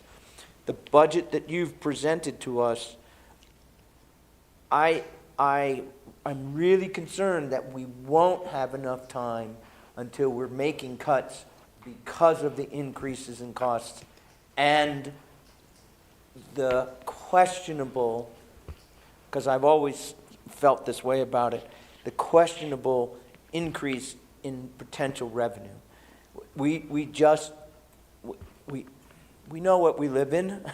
We just don't have, we have a vital community, but it doesn't grow fast. I've been here 36 years and we just sort of inch along. And I don't think that there's any miraculous plan that's going to generate a ton of money to make up for the potential expenses that we're seeing in this budget. But that's my 2 cents, and I think we need to go through each one of the funds and have a conversation about them. 100% agree. And I can expand a little bit further that maybe this, I will say a big key to helping you understand this is reading the plan. So if you haven't had the opportunity to read the plan, I am trying not to talk down to anybody, and at the same time I don't want to pass over anything that's key that you might want to know. But we've created 3 different versions of the plan. One is intended to be easy to consume for those who really don't want to do a lot of reading. Another one's meant to be a slightly more granular executive brief version. And then there's the full-blown plan that will give you a great deal. It's about 14, 15 pages. The staff was really happy because it started out being 34 pages long. And so we were able to get it down to that with some really good feedback from the team. And that's what I should say too, is like, I don't want you to get the feeling that I just went into a room and typed and built this out on my own. The team worked together to build it. Not always in full agreement. So, hold on. So this slide is intended to visually explain why I believe the fiscal transformation should be approved and exists. The red trajectory represents what can occur when long-term fiscal and operational pressures are addressed too late, increasing deferred maintenance, reduced flexibility, service strain, and increasingly reactive decision-making. The blue trajectory reflects the city's attempt to begin addressing those pressures earlier through structured planning, governance systems, financial guardrails, infrastructure planning, and operational alignment. This is not presented as a perfect roadmap or guarantee outcome. Conditions will evolve, timelines may shift, and challenges will occur. But the purpose of FTI is to improve the city's ability to navigate those challenges deliberately rather than reactively. And importantly, this effort depends heavily on community engagement, transparent communication, and long-term shared decision-making. Unless you have any questions on this slide, I'll continue. But I can make these slides available to everybody if they want them.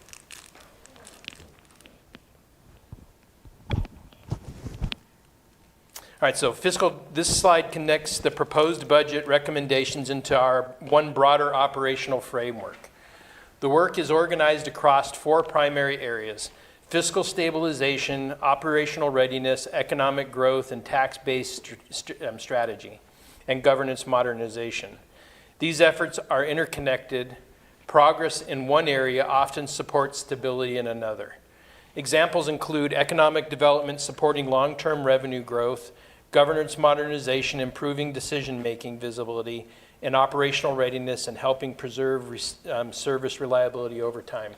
I will say that when I spoke before about the PACE-E tiered approach, everything that I'm saying right now is built within each of those acronyms, those letters in the acronym. So everything I'm mentioning right now is being addressed within those. Ultimately, the recommendation reflected in this proposed budget are intended to provide the strongest opportunity for long-term organizational stability, service reliability, and community resilience moving forward. Unless you have any questions on the slide.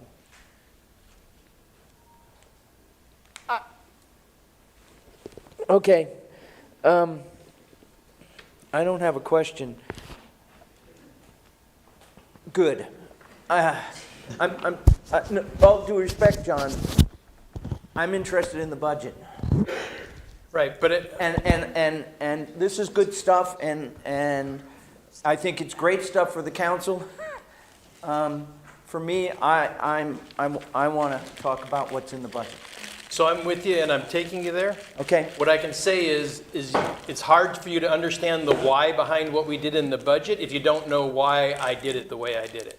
And everything I just told you is the why behind what's in the budget. Okay. So that being said, I'll get to where you want to go. All right. Heather.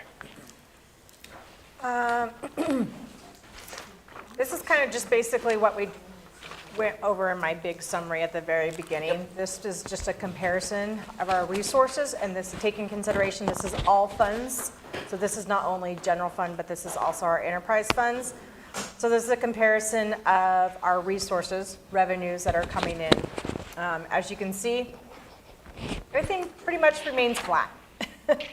Our revenue is not increasing. That's nothing new knowledge to anybody. Everything's pretty much flat. Unless you have any questions. Quick question, just on franchise fees in general. Mm-hmm. Do you collect a franchise fee from Ziply? Yes. Okay.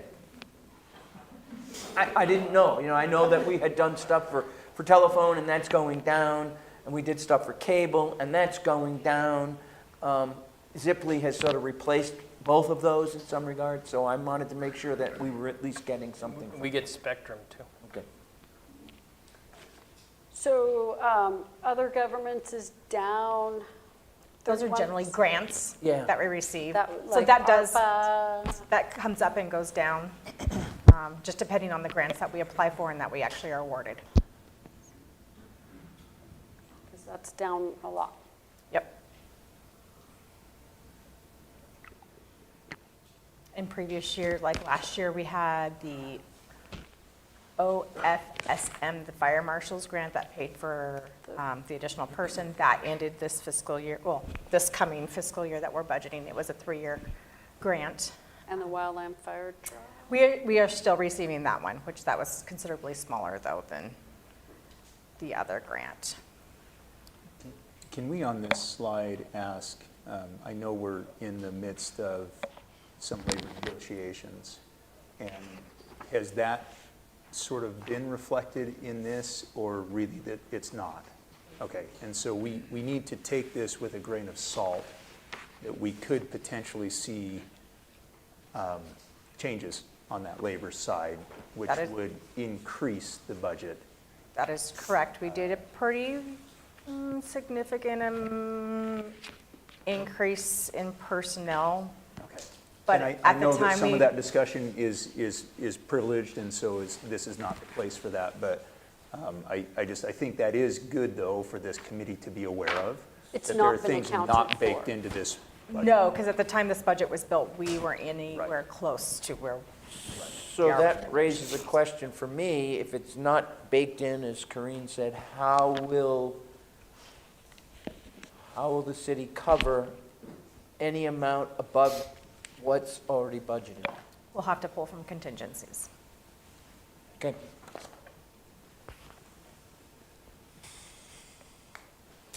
Like unappropriated? Unappropriated, No, you that's cannot touch. That's the 1.5 million, the 1.5 million of.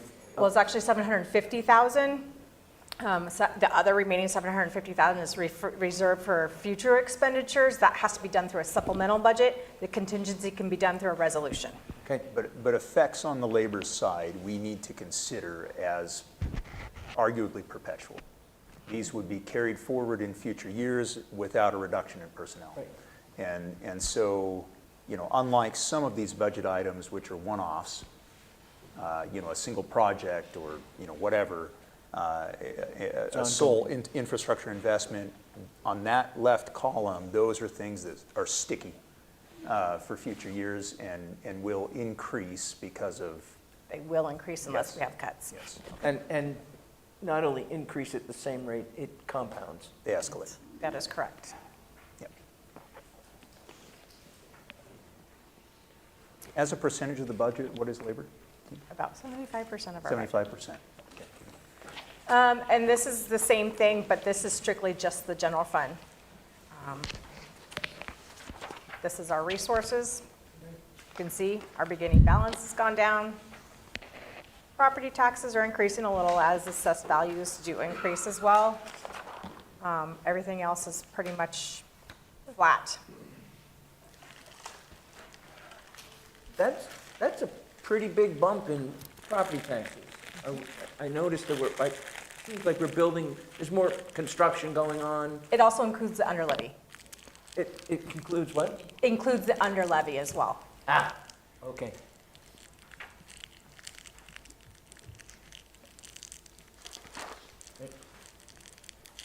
And here are requirements for the general fund only. As you see, labor is increasing, and will just continue to increase.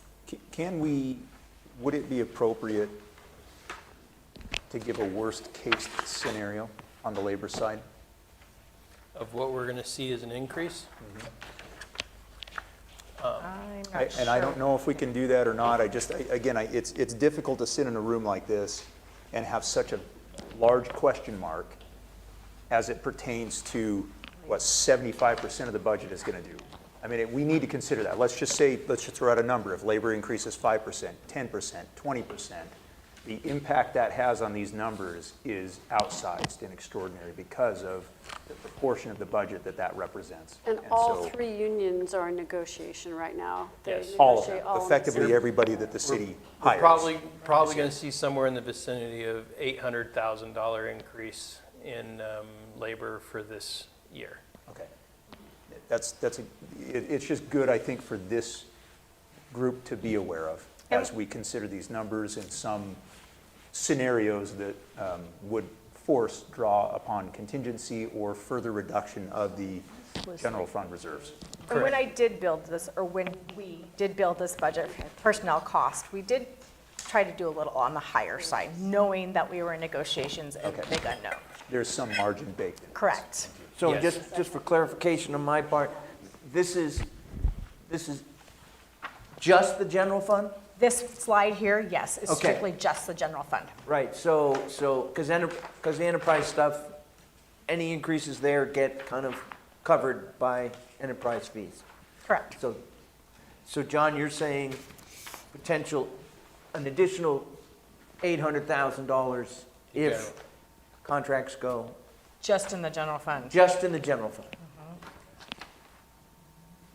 Kind of chews up that 1.5 We have million. here because you added Our some. benefit costs went up, skyrocketed this year. That's one of the problems.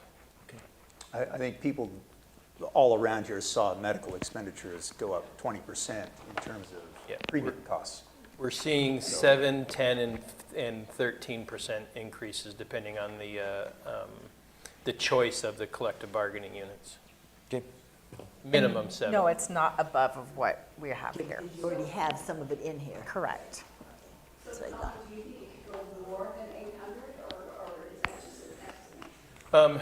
We actually we're near conclusion on, we're pending signatures on all of them right now to come to council for final approval, hopefully at the June 3rd council meeting. Based off of that right now, don't quote me exactly, but we're right about $800,000. We literally just today kind of came almost to a And again, final, so I haven't done any understand some of figures. those, you know, this is not the appropriate venue to necessarily discuss it, but I think it's just conceptually something that this group has to keep in mind. Oh, Because yeah. we have to pass a budget.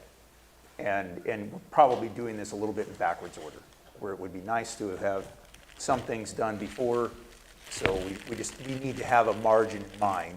Yeah, no, I'm with you on it. Unfortunately, I don't Right. I don't have a lot of say in the timeline for that. And this happens every 3 years. Yeah. We're estimating approximately 2.5 million over 3 years.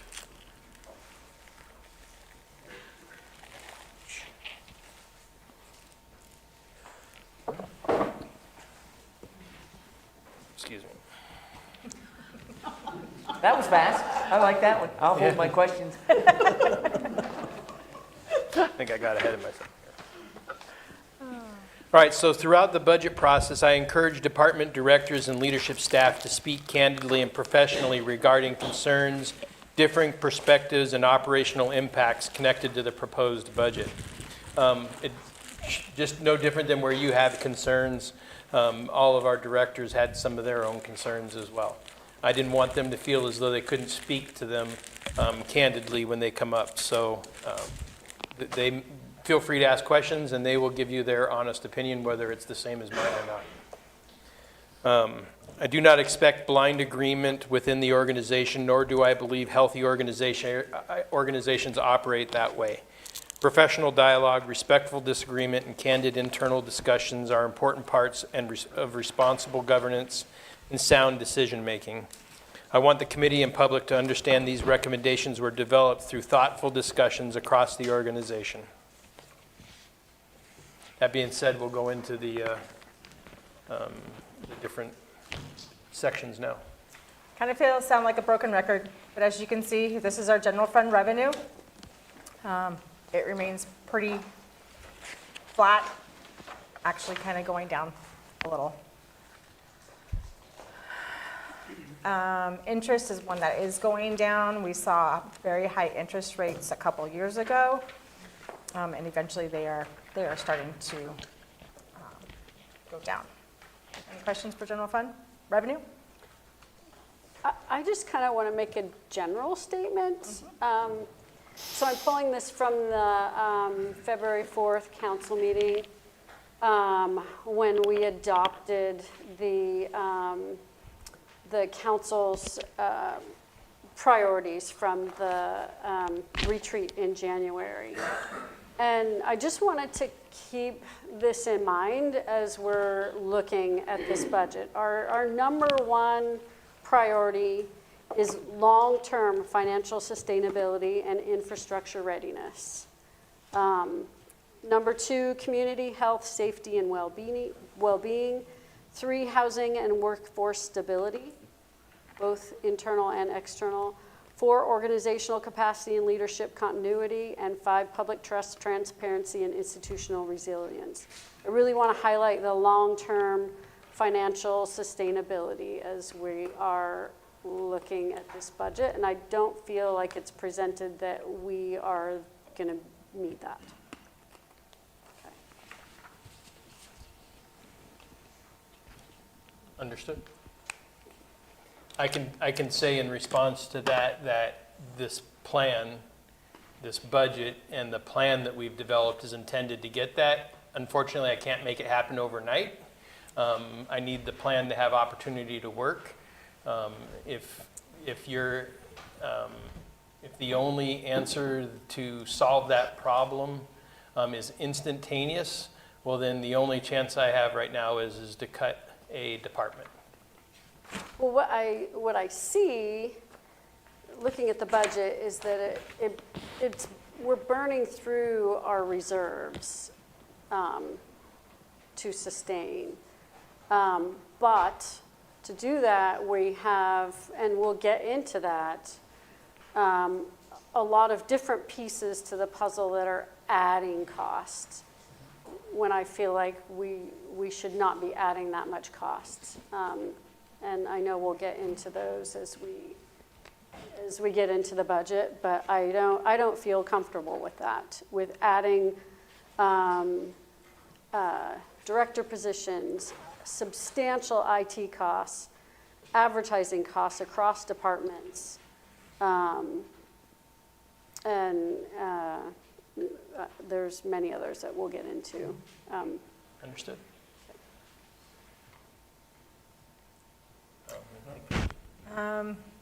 Basically, this is just a summary of the very first, where we were talking about our ending fund balance. The unappropriated in funding balance, it is going down. So Heather,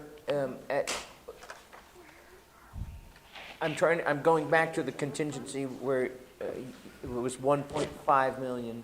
Now it's at 750. That was contingency and reserve for future expenditure. Okay, all right. And you mentioned a difference between them in terms of how the council can access. That is correct. So the operating contingency can be done through a resolution. Right. The reserve for future fund expenditure has to be done through a supplemental budget, so an actual budget hearing. So if you had to do a supplemental budget, you'd call us all back.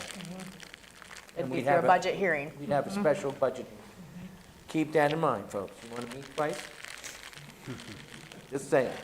Thank you. You're welcome.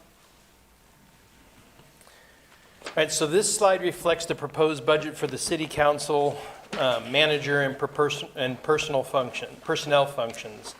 Several of the changes reflected here are directly connected to the broader strategic framework and long-term planning efforts discussed throughout tonight's presentation. One of the more significant recommendations is the proposed reclassification of the human resource generalist positions to the HR director role. We view this as part of a broader organizational sustainability and operational alignment strategy as workforce complexity, labor relations, recruitment, compliance, and organizational planning demands continue increasing. We've also had a lot of turnover in this position in the past, so with increased responsibilities and a history of turnover, this to me made the most logical sense to give us the consistency that we need. The budget also includes investments tied to grant support, community engagement, strategic planning, technology systems, and public communication efforts associated with the Fiscal Transformation Initiative. Also, I highlighted in here, you'll see the TRT allocations reflected here are intended to support tourism-related activities, economic development, and community activation efforts. And I do want to acknowledge something important regarding this slide. Every recommendation within this proposed budget was evaluated as part of the broader strategic framework, provides the best opportunity for long-term organizational and community success. That does not mean every recommendation is beyond debate. The Budget Committee and Council absolutely retain authority to modify priorities and recommendations through this process. However, changes to proposed recommendations may affect the pacing, integration, or effectiveness of the broader long-term strategy. That said, whatever direction is ultimately provided, we will work within the guardrails and policy direction established by the committee and council with genuine intent and professionalism to achieve the strongest outcomes possible for the community. In regards to the TRT fund allocation, I think you guys remember I sent an email out that highlighted this particular issue. This slide outlines the proposed TRT allocation approach reflected within the proposed budget and the policy considerations connected to that recommendation. At a high level, the proposed budget maintains a standard chamber allocation of approximately 36%, or roughly $45,000, while approximately $75,000 is proposed toward a priority parks and recreation tourism-related project, Both are eligible uses for TRT funding. The proposed recommendations largely reflects the timing and communication realities that occurred during this year's budget development process, including transition periods within both city administration and chamber leadership. This slide is intended to illustrate that there are multiple policy paths available to the committee and council. Maintaining the proposed allocation preserves the current budget structure and supports the identified Parks and Recreation project while still providing chamber funding. Reallocating additional funds toward the chamber would increase tourism promotion support, but could delay or reduce currently identified project activity in Parks and Recreation. Increasing the overall TRT allocation to support both priorities simultaneously would likely require additional general fund support and could create additional long-term fiscal pressure. My recommendation reflected here is intended to demonstrate two needs are occurring and a hard decision needs to be made as both programs need the funds. Balance tourism promotion, community activation, project delivery, and broader fiscal discipline within the current budget framework. And ultimately, whatever direction the committee and council determine regarding TRT allocation, we will work to implement the direction professionally and collaboratively moving forward.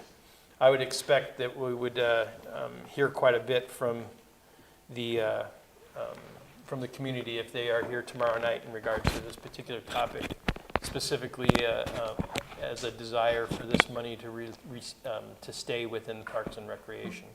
And that is my recommendation. Open it for discussion if you'd like. Questions, so the 25-26 budget for salaries, did that include, so Robert was still working while John came on, so there's sort of some double whammy there, right? Yep. Because there's not a lot of difference between 26 and 27, except that there's a reclassification. There's a couple. And a part-time grant writer. Yeah, it's just strictly in this department, yes. Right, so if you didn't have the department director position or the grant writer, what would your salaries be? I hate to put you in that position, but I mean, that's what we're getting to. I have that number. Thank you. Just a second. Because we're up 33% since 2024 in salaries. 24% since 2025. Right, 50,000 there, 50,000 from 25 to 26. That, I think that jump from 25 to 26 is that effect with, is that impact when we had Robert on salary still, and we had John.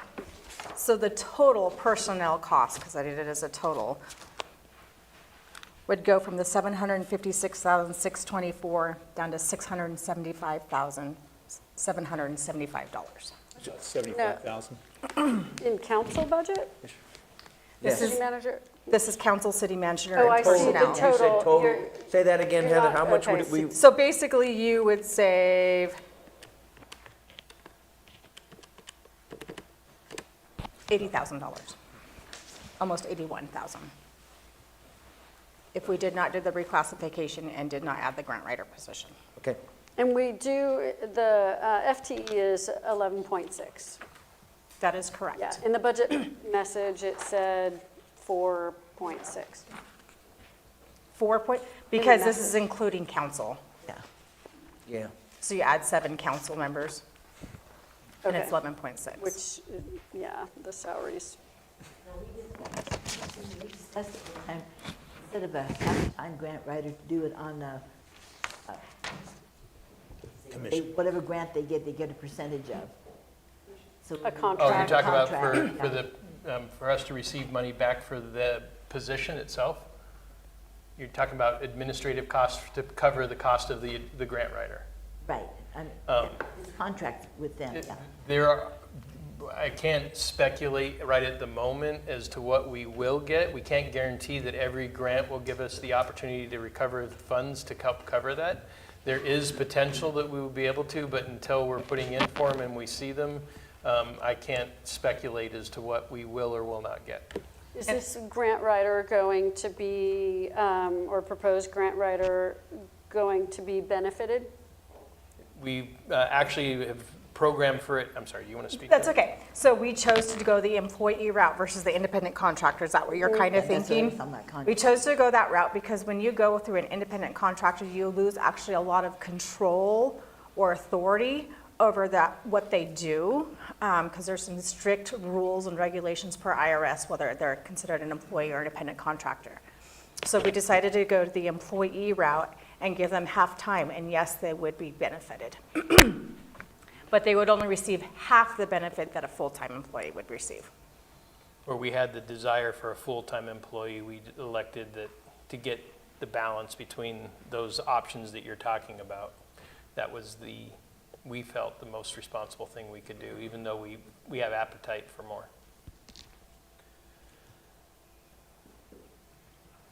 Did you consider putting off the new directors until next year to see how everything is working?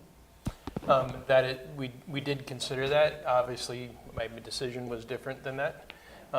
I can tell you that in all of the different positions, I just have I'm trying not to get into back behind the door stuff that's going on inside the organization. When it comes right down to it, I think the most fair and correct thing to do to make sure that people are treated and compensated appropriately for the work that they're doing includes these alignments, not to mention that some of those positions had turnover, and this is intended to be able to be a factor to help make sure that that doesn't continue.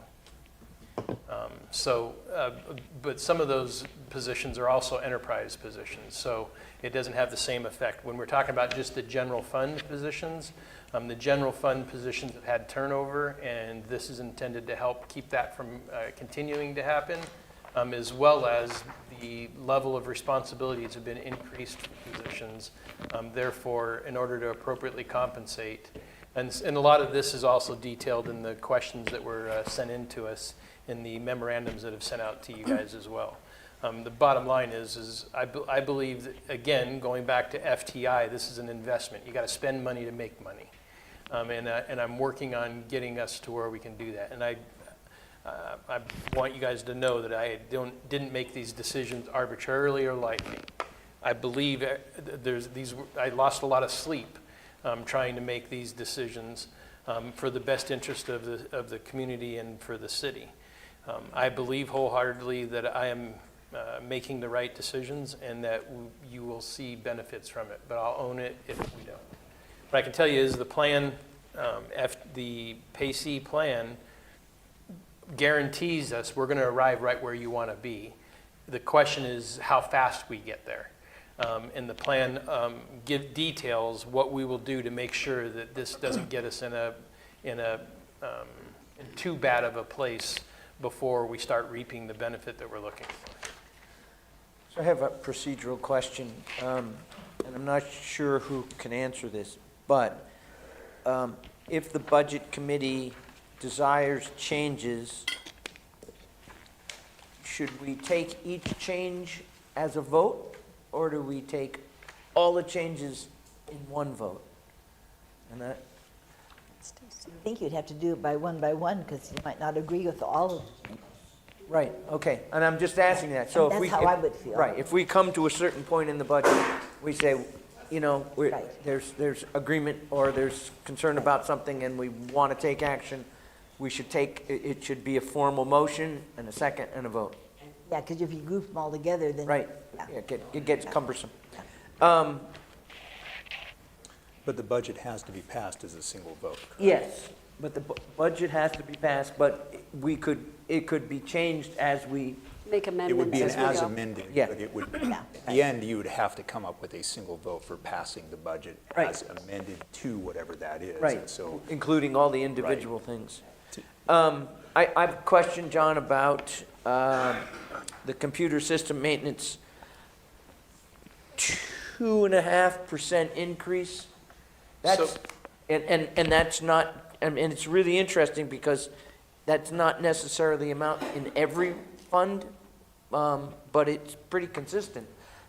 That's huge. I can explain it. So what you're seeing reflected in the budget is we had a lot of costs that were broke out into several different locations. We consolidated all of those costs into one location, so that's why it looks like an increase. We're pending, we have not signed yet, but we're pending a new contract with the IT team, depending on what comes from this, and this is reflecting the assumption that we would approve it. And so if it gets approved, or if you say you don't want that, we fall back to where it was before, which will drop the IT contract back down to roughly $222,000. And all those other costs will be dispersed back out to where they were before, and therefore we'll still be paying, and we'll just be paying them broke out versus being consolidated. So what we're doing now is paying IT, and they're paying all those other bills. So that said, where, did you just eliminate those line items, or, so which line item went down? So maybe I can kind of explain. Okay. No line item went down. With the contract that we're proposing within this budget, it's increasing it by 50-some thousand. I think it's $51,000 with IT services, but that includes the addition of Microsoft 365, Teams. In other words, you're paying for application license. We're paying for application license and additional IT services. Okay, and are the application licenses annual? Yes. Okay, and like my Netflix and my Prime and my et cetera, they go up every year. I mean, I was paying $6.99 for Office 365, and now I'm paying $9.99 a month. So, which is $36 more a year, but on a larger enterprise basis. So, okay. We had talked about having IT in-house. I mean, $300,000 is what I calculated. 308 is, that just is through the roof in my mind. I don't know if we're getting value in that. That's a lot of money. That's like 2 police officers. 1 police officer, no. So just to clarify, it's $280,000. There are probably some other software agreements within those lines, but it's $280 for the IT portion that we're specifically talking about. But yes. I can't see how we can. How many IT people are there that come here? We are designated 1 and a part-time. With this, part of this new agreement, we'd get 2. Well, every time I've seen in his office, there's like 3 people in there. Yeah, the manager over it is over there often visiting. It's not a, yeah. I imagine in this day and age, though, with how everything is so digital, you're not talking about just one in-house IT position. You're probably talking about 1.5, 2 cybersecurity. And they need to know a lot, but that is a shocking number. Yeah, I totally agree. I'm just thinking it's probably, we're probably no longer in the world where it's one IT person, just with how complex every position is so heavily digital. I'm just thinking out loud. Security alone is an issue. Look at what happened to Canvas instructional application last week. Shut down universities all across the country. Google just thwarted a bunch of hackers. So security itself is important. Microsoft is one product.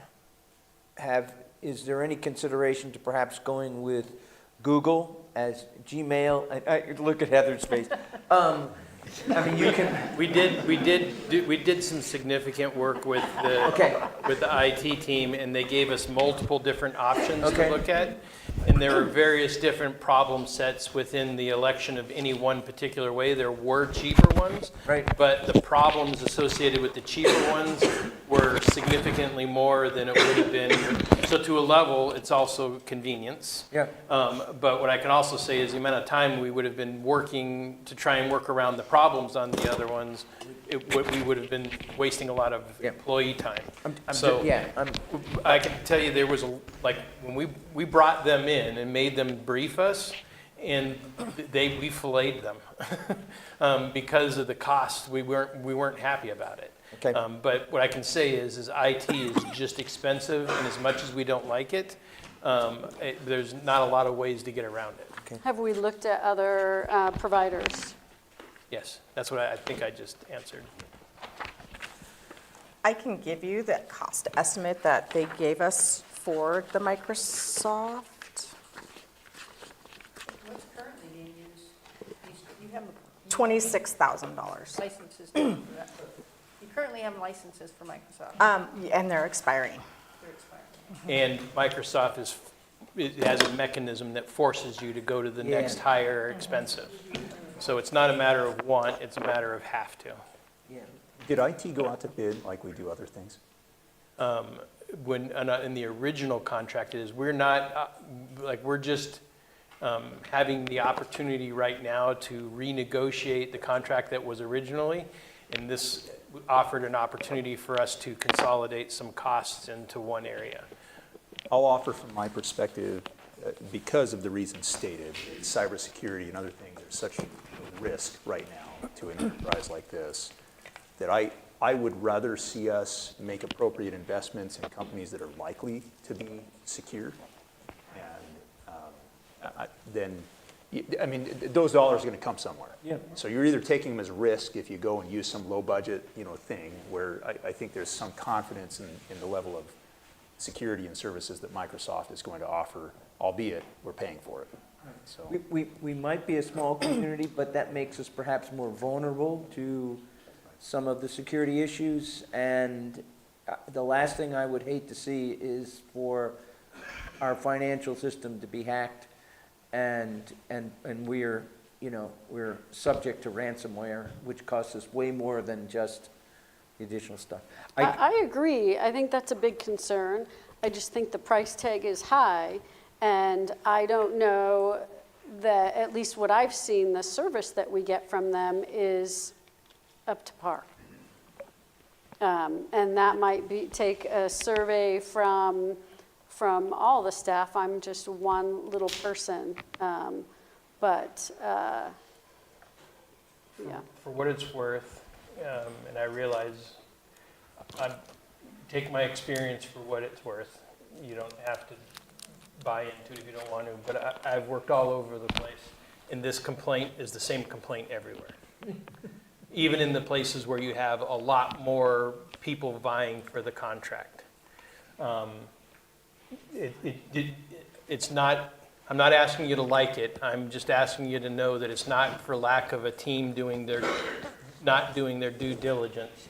It's a matter of this world is just simply expensive.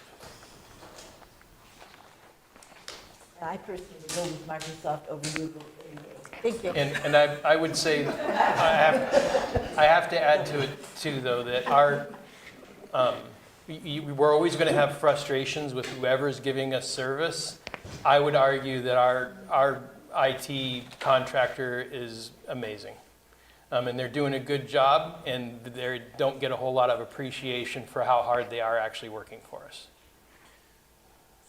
So, sticking with the computer issues,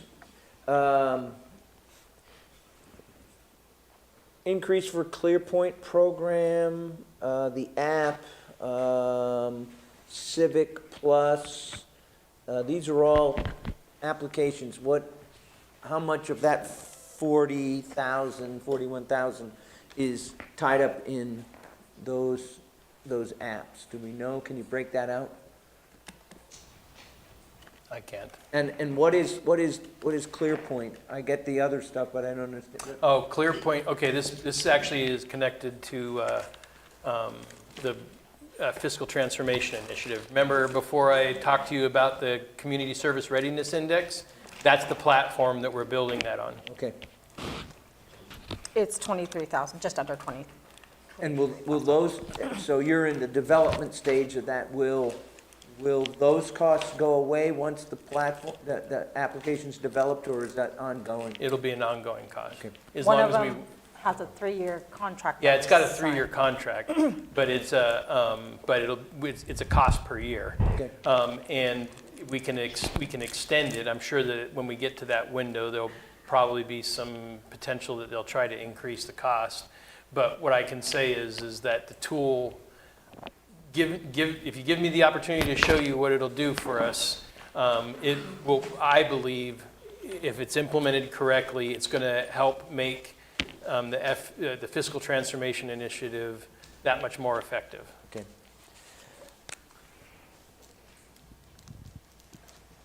So I think that there's some things here that the Budget Committee wants to address, maybe? And if so, we should do that directly now with some type of motion or discussion.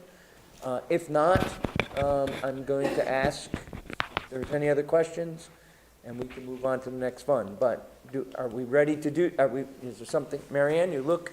No, I'm not ready to do it today because I would have to think about it. Okay. So I would rather wait. All right, Well, I had other issues with the advertising. all right. What's that being spent on? That's a huge jump. It is. So again, connects to the fiscal transformation initiative. If we want this plan to work and have maximum opportunity for it to work, we have to engage our community.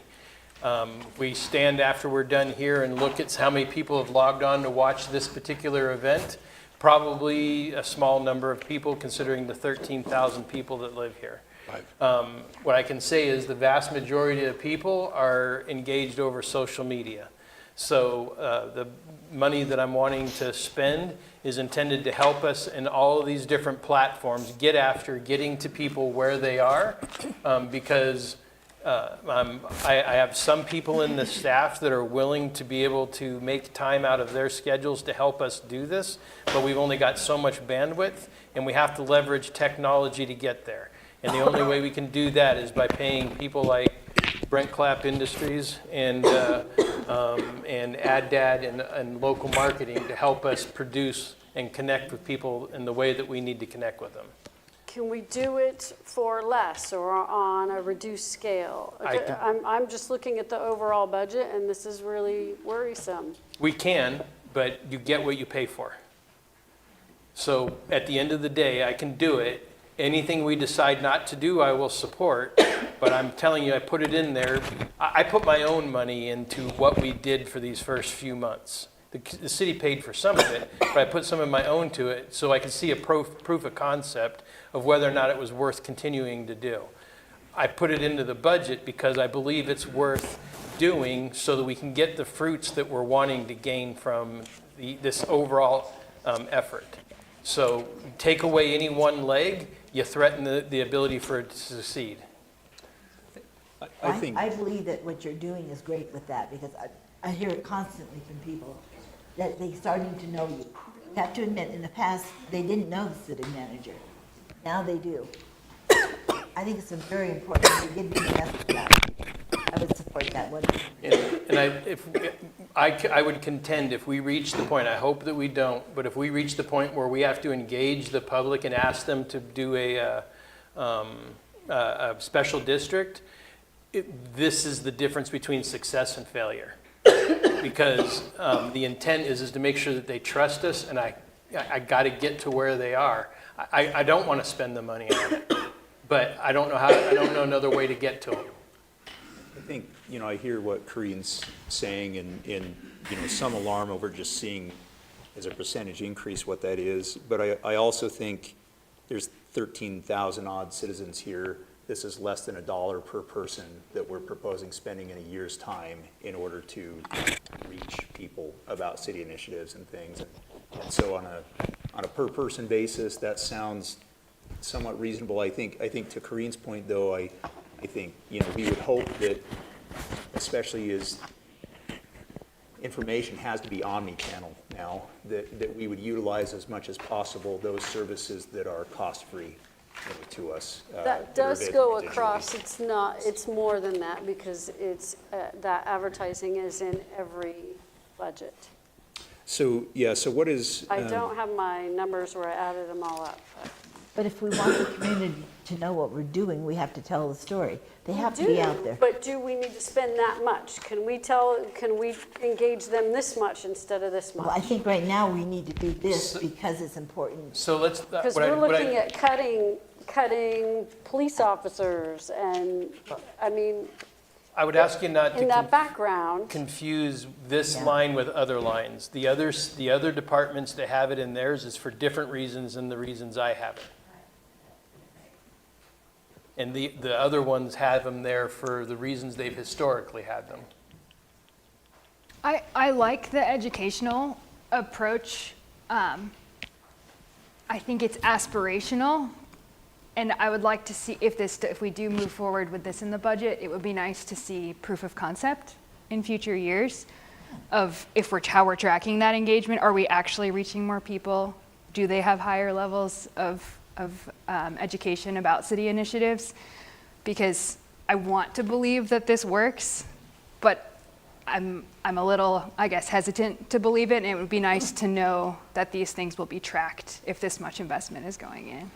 100% agree.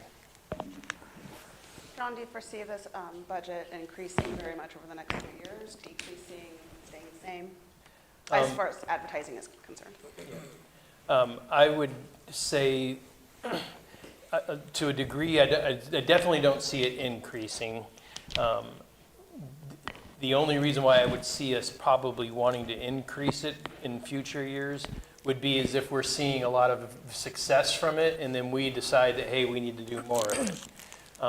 But what I would say is that my hope would be that as we're building trust with the community, and they're feeling good about us, that I could see the need to spend that much money coming down. The problem is it's been non-existent up to this stage. And so it's no different than our streets and roads. We haven't been able to put all the money that we wanted to into it. And so now it's more expensive for us to start doing it. So at this particular stage, to me, this is just the upfront cost of doing business. My desire would be to not increase it. If in the best case scenario, see it go down with time. See, John, I think the word is getting out, and I think we all have a responsibility to forward that information as well to our contacts as well. And I think eventually, as people will know where to go, because that's your goal too, that I think our costs will eventually go down, because automatically they'll go to these places. We don't have to push them onto them or let them know. And I think I agree with David, it's not that much, and I think, I'm sorry, my voice is going. But I think it has really benefited the community as a whole. Thank you. I do have a quick question, Rick. Kind of going back to the staffing portion of it. Heather, when you were saying 81,000, is that for the HR director and half of so 81,000 is promotion and half of a grant writer? That is correct. That's total, that's everything. That's salary, benefits. That's the additional cost. Yes. Correct. Not just. No, I Okay, understand. that's No, the but that's additional. all the costs that go in that. Correct. Yes. Which when you're thinking salaries, everybody just thinks salaries. No, Oh, no, when you no. have an employee, That's you the whole have more personnel than cost. just Yes. salaries going into it. And that's why I was asking that question, to make that very clear. Yep. So So what those two positions will cost us $81,000. What I can tell you too, though, is when you're thinking about the grant writer, yes, look at the money that's going out, but I can guarantee you that in this next year, you're going to see $50,000 or $60,000 minimum come back into, maybe even $100,000 minimum, because we've already got Ford Family Foundation positioned to be able to give us potentially give us $50,000 for the economic development plan. just in what we're looking at right now, we're looking at a minimum of $100,000+ that we're going to be able to apply for and bring in. So even though that money is not going to go pay for the position, it's going to bring in money to cover other costs. So I would ask you not to necessarily look at necessarily from just that perspective alone.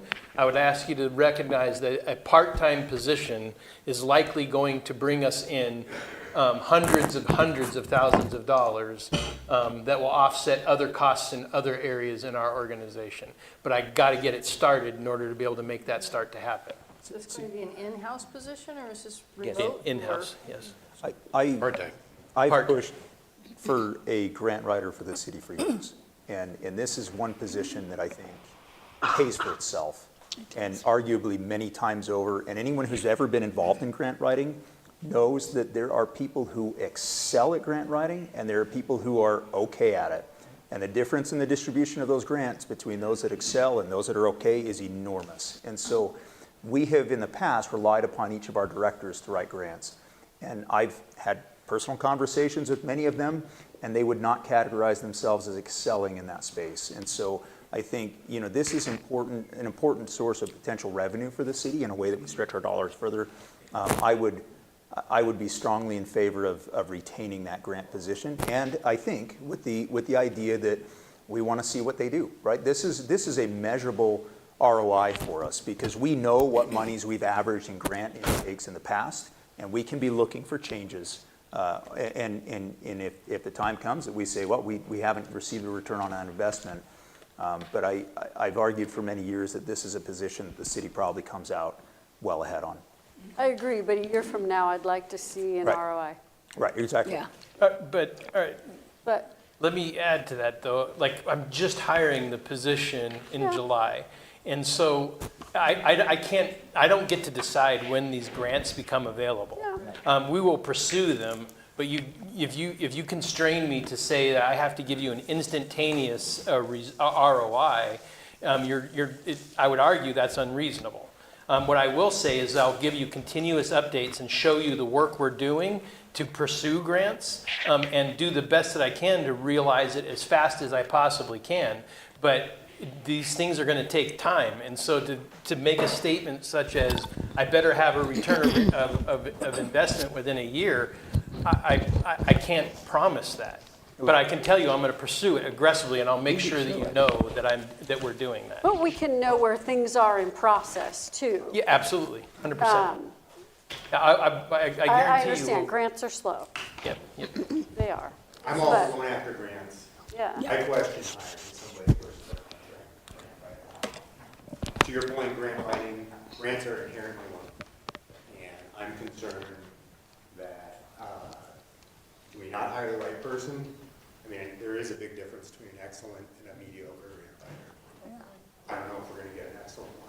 Do you have your microphone on? Oh, I don't, sorry. So it's lumpy. I question the kind of person we're gonna get. I would be more comfortable with a contract grant writer personally. I can tell you that we spent significant time considering that as the preferred direction to go. After we weighed it as a team, not just me, as a team, the decision we landed on was we felt that it would be in best interest to go with an employee versus a contract. But again, if that's the direction that we get from this body, is the direction they want to go, we'll do it.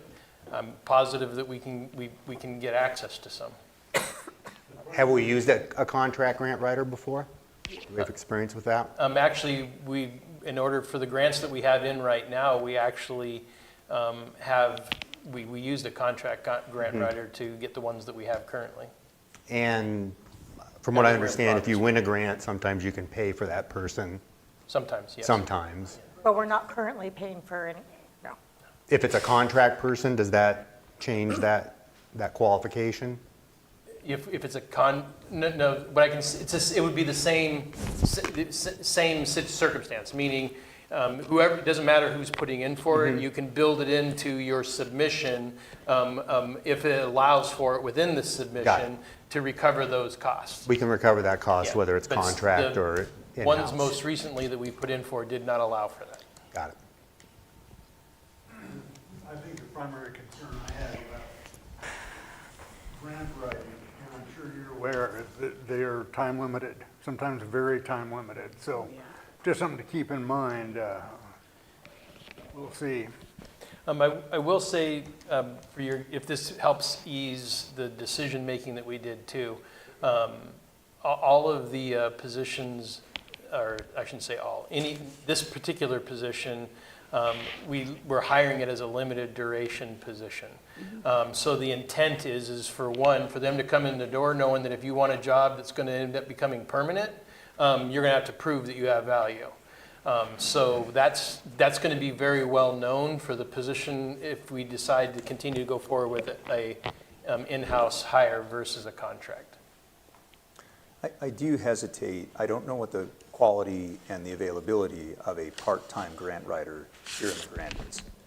And that's where I do have concern that I think if you go with somebody that can work remotely, or if you go with a contract scenario, you're probably much more likely to get maybe a higher quality on that individual. Otherwise, we may be sitting here next year saying, well, that was one of the positions that we never filled. And so I would just submit that as a concern. A very fair concern. What I can say is we're already getting people knocking on the door asking us, and they're trying to give us their resumes and show us how qualified they are for the job. So there's genuine interest, and at least what we're seeing so far appears as though they're highly qualified and highly capable. Cool. When I say they, people, two people have reached out. Any more questions on council, city manager, personnel budget? I have a question on the COBRA. Why you have so low this year? I'm worried about unexpected spend. So we're starting to meet the sunset date for those employees that have retired and still receive that benefit. It's different for each bargaining group, the sunset date, but there are, we're getting to where most people that have been here and had long service with us are no longer, they've retired. So the number of retirees that we're still paying insurance for has gone down. You're pretty confident that it's going to be that much lower. Yes, because there's people that are hired on, and like I said, I can't remember the exact date, but I think it was 2005. If you're hired after 2005, you don't get that benefit at all. So don't quote me on that year, but. I thought it was earlier than that. I was hired in 2000 and I still get it. So I'm not sure exactly, and it's different for each of the groups that we have. Right, any other questions? I'm watching time. Well, just my suggestion, maybe give everybody a break. Okay. Come back, because we are 8:37. a little behind. Yeah. So I wouldn't want to, you're the chair. I wouldn't like us to see us go home and then be a 4-night versus only 2 nights. Okay. Well, just a Fully up to suggestion, if we're just gonna go until 9, it's 8:37 right now. Right. So you're really talking like 23 more minutes. If we go on to finance and municipal court, I think we can Just get for through that. review and talking, yeah, and then Yeah. I can do a revised agenda and come back tomorrow. Right, let's go, as long as everybody's good with this, let's go on to finance and municipal court. I think that one will go pretty fast. Can I do one thing, just really fast? I would, at some point in time, I would like to, I'm going to make the assumption that this recommendation is what's going to continue forward, because that's what's in the budget, unless you bring it back to me and tell me to do differently. I'm going to ask that we reserve any kind of motions or anything until after tomorrow night, when we've had public comment. Correct. I Okay. agree with that. Okay. So, tonight, we're just asking questions and moving forward, and then tomorrow we'll get some public comments, and we'll see how that might change. Okay. Heather? Not a whole lot of change in the finance and municipal court budget, but I will highlight a few that we do have in here. So salaries did go up because of a reclassification of the finance director position. That amounted to about $8,000. That's total personnel costs, not just salaries. You will notice that the auditing costs went down slightly. and you'll probably wonder why, we no longer will need a single audit. As you know, the ARPA funds took us over that threshold of $750,000 where we're required to have an audit. Not only will we no longer have the ARPA funds, but they also moved the threshold to $1 million. So we will no longer have the single audit this next fiscal year. Computer system maintenance and repair, the big increase there was the IT contractual services going up. Yeah. Our computer system maintenance agreements went down slightly, and that's because this current fiscal year that we're in now, we did that upgrade with our big financial software with Springbrook and went to the cloud. So there was a big upfront cost for that, but our annual maintenance fees will come down to the $52 million, or 52,000, excuse me. Sorry. And the only other thing I really wanted to point out, well, there's two other things. You'll see in the office equipment and furnishings that I put in $14,600. That's a carry forward from this current fiscal year, and I've been carrying it forward for a couple of years. We are hoping to get desks built for us. We've had our desks since I've been there, and I've been there 25 years. They've definitely been through some wear and tear, but our building maintenance person has agreed to build them for us, specific to our needs in our office. So it's taking him a little longer than if we were to contract it out. So, but it's cheaper having them do it. So that's just a carry forward. And the equipment improvements line is gone down. This last fiscal year that we're currently in, it is considerably high, and that's because we decided to do the big IT project just out of the finance and municipal court budget instead of spreading it through all the departments. It's just easier that way. Then in the interfund service, or admin interfund, admin service fees, I include those costs to spread them out, which will happen next fiscal year. So you'll see that decrease. The 10,000 is the remaining, hopefully, of the IT project. Heather, do we charge people who pay by credit card that 3%, and why not? No, we do not. We've chose not to, just to keep the costs down to our customers. We have gone, as people, and I had mentioned at the last staff meeting, we have gone to a new third-party vendor to make payments online. It's been a little challenging, but we're getting there, and it's going to be positive in the end. But there's even more options for them to pay electronically, whether it be e-check, credit card, bank bill pay, auto pay. So yeah, those are going to start increasing. And that's something that we could possibly look at to see if, as our fees are going up, that we could possibly. That was going to be my other question is, once that is in place, why not charge for credit card fees? Because they have the opportunity to do electric check. They can use their checking account. They have the opportunity to not pay with the credit card. So if their choice pay with credit card, they should be paying the fees, not the other. They will have fees when they pay with check by electronically as well. But I'm saying that if someone wanted to use credit card, you charge them credit card fees. Yeah. So Heather and I haven't had the opportunity to talk about this. It's my intention for us to start pushing that fee to them at the next fiscal year. That adds up. That's a lot of money. I would agree, and I think when we first were implementing on-one payments, we were really wanting people to do it, so we were holding off on passing that cost over to the customer, but now that it's pretty much the norm, that's how we receive most of our payments, yeah, that's something we definitely need to reevaluate. And a lot of small business are having to do that just to stay afloat. Yeah, to keep alive. Do you get this, do you have the same impact if somebody uses a debit card to pay? So the fees that they charge us, it depends on what type of card it is, whether it's a debit card, whether it's a credit card, whether it's Visa, Discover, American Express. Yeah. A whole wide range of. Wow. Yeah. Because they all charge different. Yeah, yeah. Different. And the amount that it is, so yeah, it just, yeah. Yep. It varies. This is an awkward question because it affects you.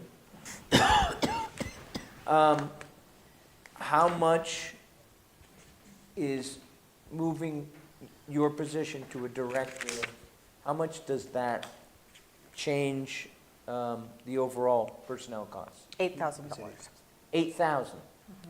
And I'm already a director, it's just moving me up a grade Okay.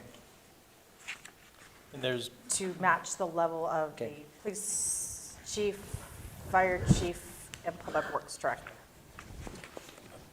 And I ask that because I read about it, but also it's not easy to pull that out of what's in it.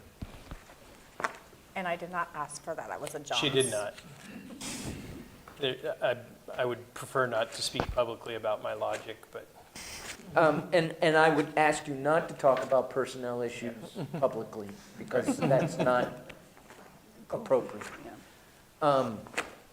Any other questions on finance and municipal court? I would just offer, I would hope that we're taking into account, this affects not only this budget, but some of the others as well. Postage is really expensive. Yeah. I mean, you think every time we're spending 50 cents plus to send a notice out, we should be making every effort possible to make sure that people are opting into electronic communications, and unless it's required by law, I would hope our city wouldn't send anything. So, anyway, like, here we're, over $4,000 just in this, but you've got other departments, and I mean, you're looking at $10,000, $20,000 in postage, which is just unnecessary. Again, unless it's legally required, And to be that's a number honest- I want to see go down. To be honest with you, it's lower than what it has been, and you don't see it in the budget document here. But before, we actually used to send out ourselves, excuse me, the water bills. Now we contract that out, so you'll see that in the professional services line. So yes, it could be higher. So you see in our postage line, it's mainly like municipal court and our accounts receivable and accounts payable checks that are going out. So the company that we contract with to do the billing, they might mail it or they might not, right? Yes, so with our new online system, you can sign up, the customers can sign up to have a paperless billing and have it emailed to them, and they will not. And do we know how many, I mean, I do that because I don't want to deal with it, but do we know how many people are doing it? I don't, and Oh. it's increasing each day because we're Okay. just now going to this, so, I mean, I can go back and look and see where we're at right I now. kind of was curious if people are really doing it, because are we paying the company for postage? Or, Yes, essentially, so yeah. are they maybe Because we pay charging them, us for postage for if they sign everybody? up for paperless, no, but if, Okay, in the that's- file I that just we want to send make them. sure that they would be paid, charging us for postage electronic. No, they're charging us per bill that they actually send out. Okay. I like paperless personally. So do I. It just comes out and they just send me a little email saying, this is what we paid. All Any right, other any other questions for Heather on finance and municipal court? Okay, the next department up is police. Now, I suspect there'll be a lot of discussion about that one. So I'd like to recommend that we adjourn for the evening, come back tomorrow night, and continue this. We can pick up the pace a little bit and get through the rest of this, at least the general fund budget tomorrow night, and then on to enterprise. So hopefully. Yeah, I was gonna say, that's a lot. I don't think we'll get through the whole thing tomorrow night. I don't either. I think we're good for Wednesday night. Yeah. If we only got this far tonight. So, committee okay with that, adjourning for the evening and coming back to finish up tomorrow night? I'm seeing movement in that direction, so I'm adjourning us. Thank you.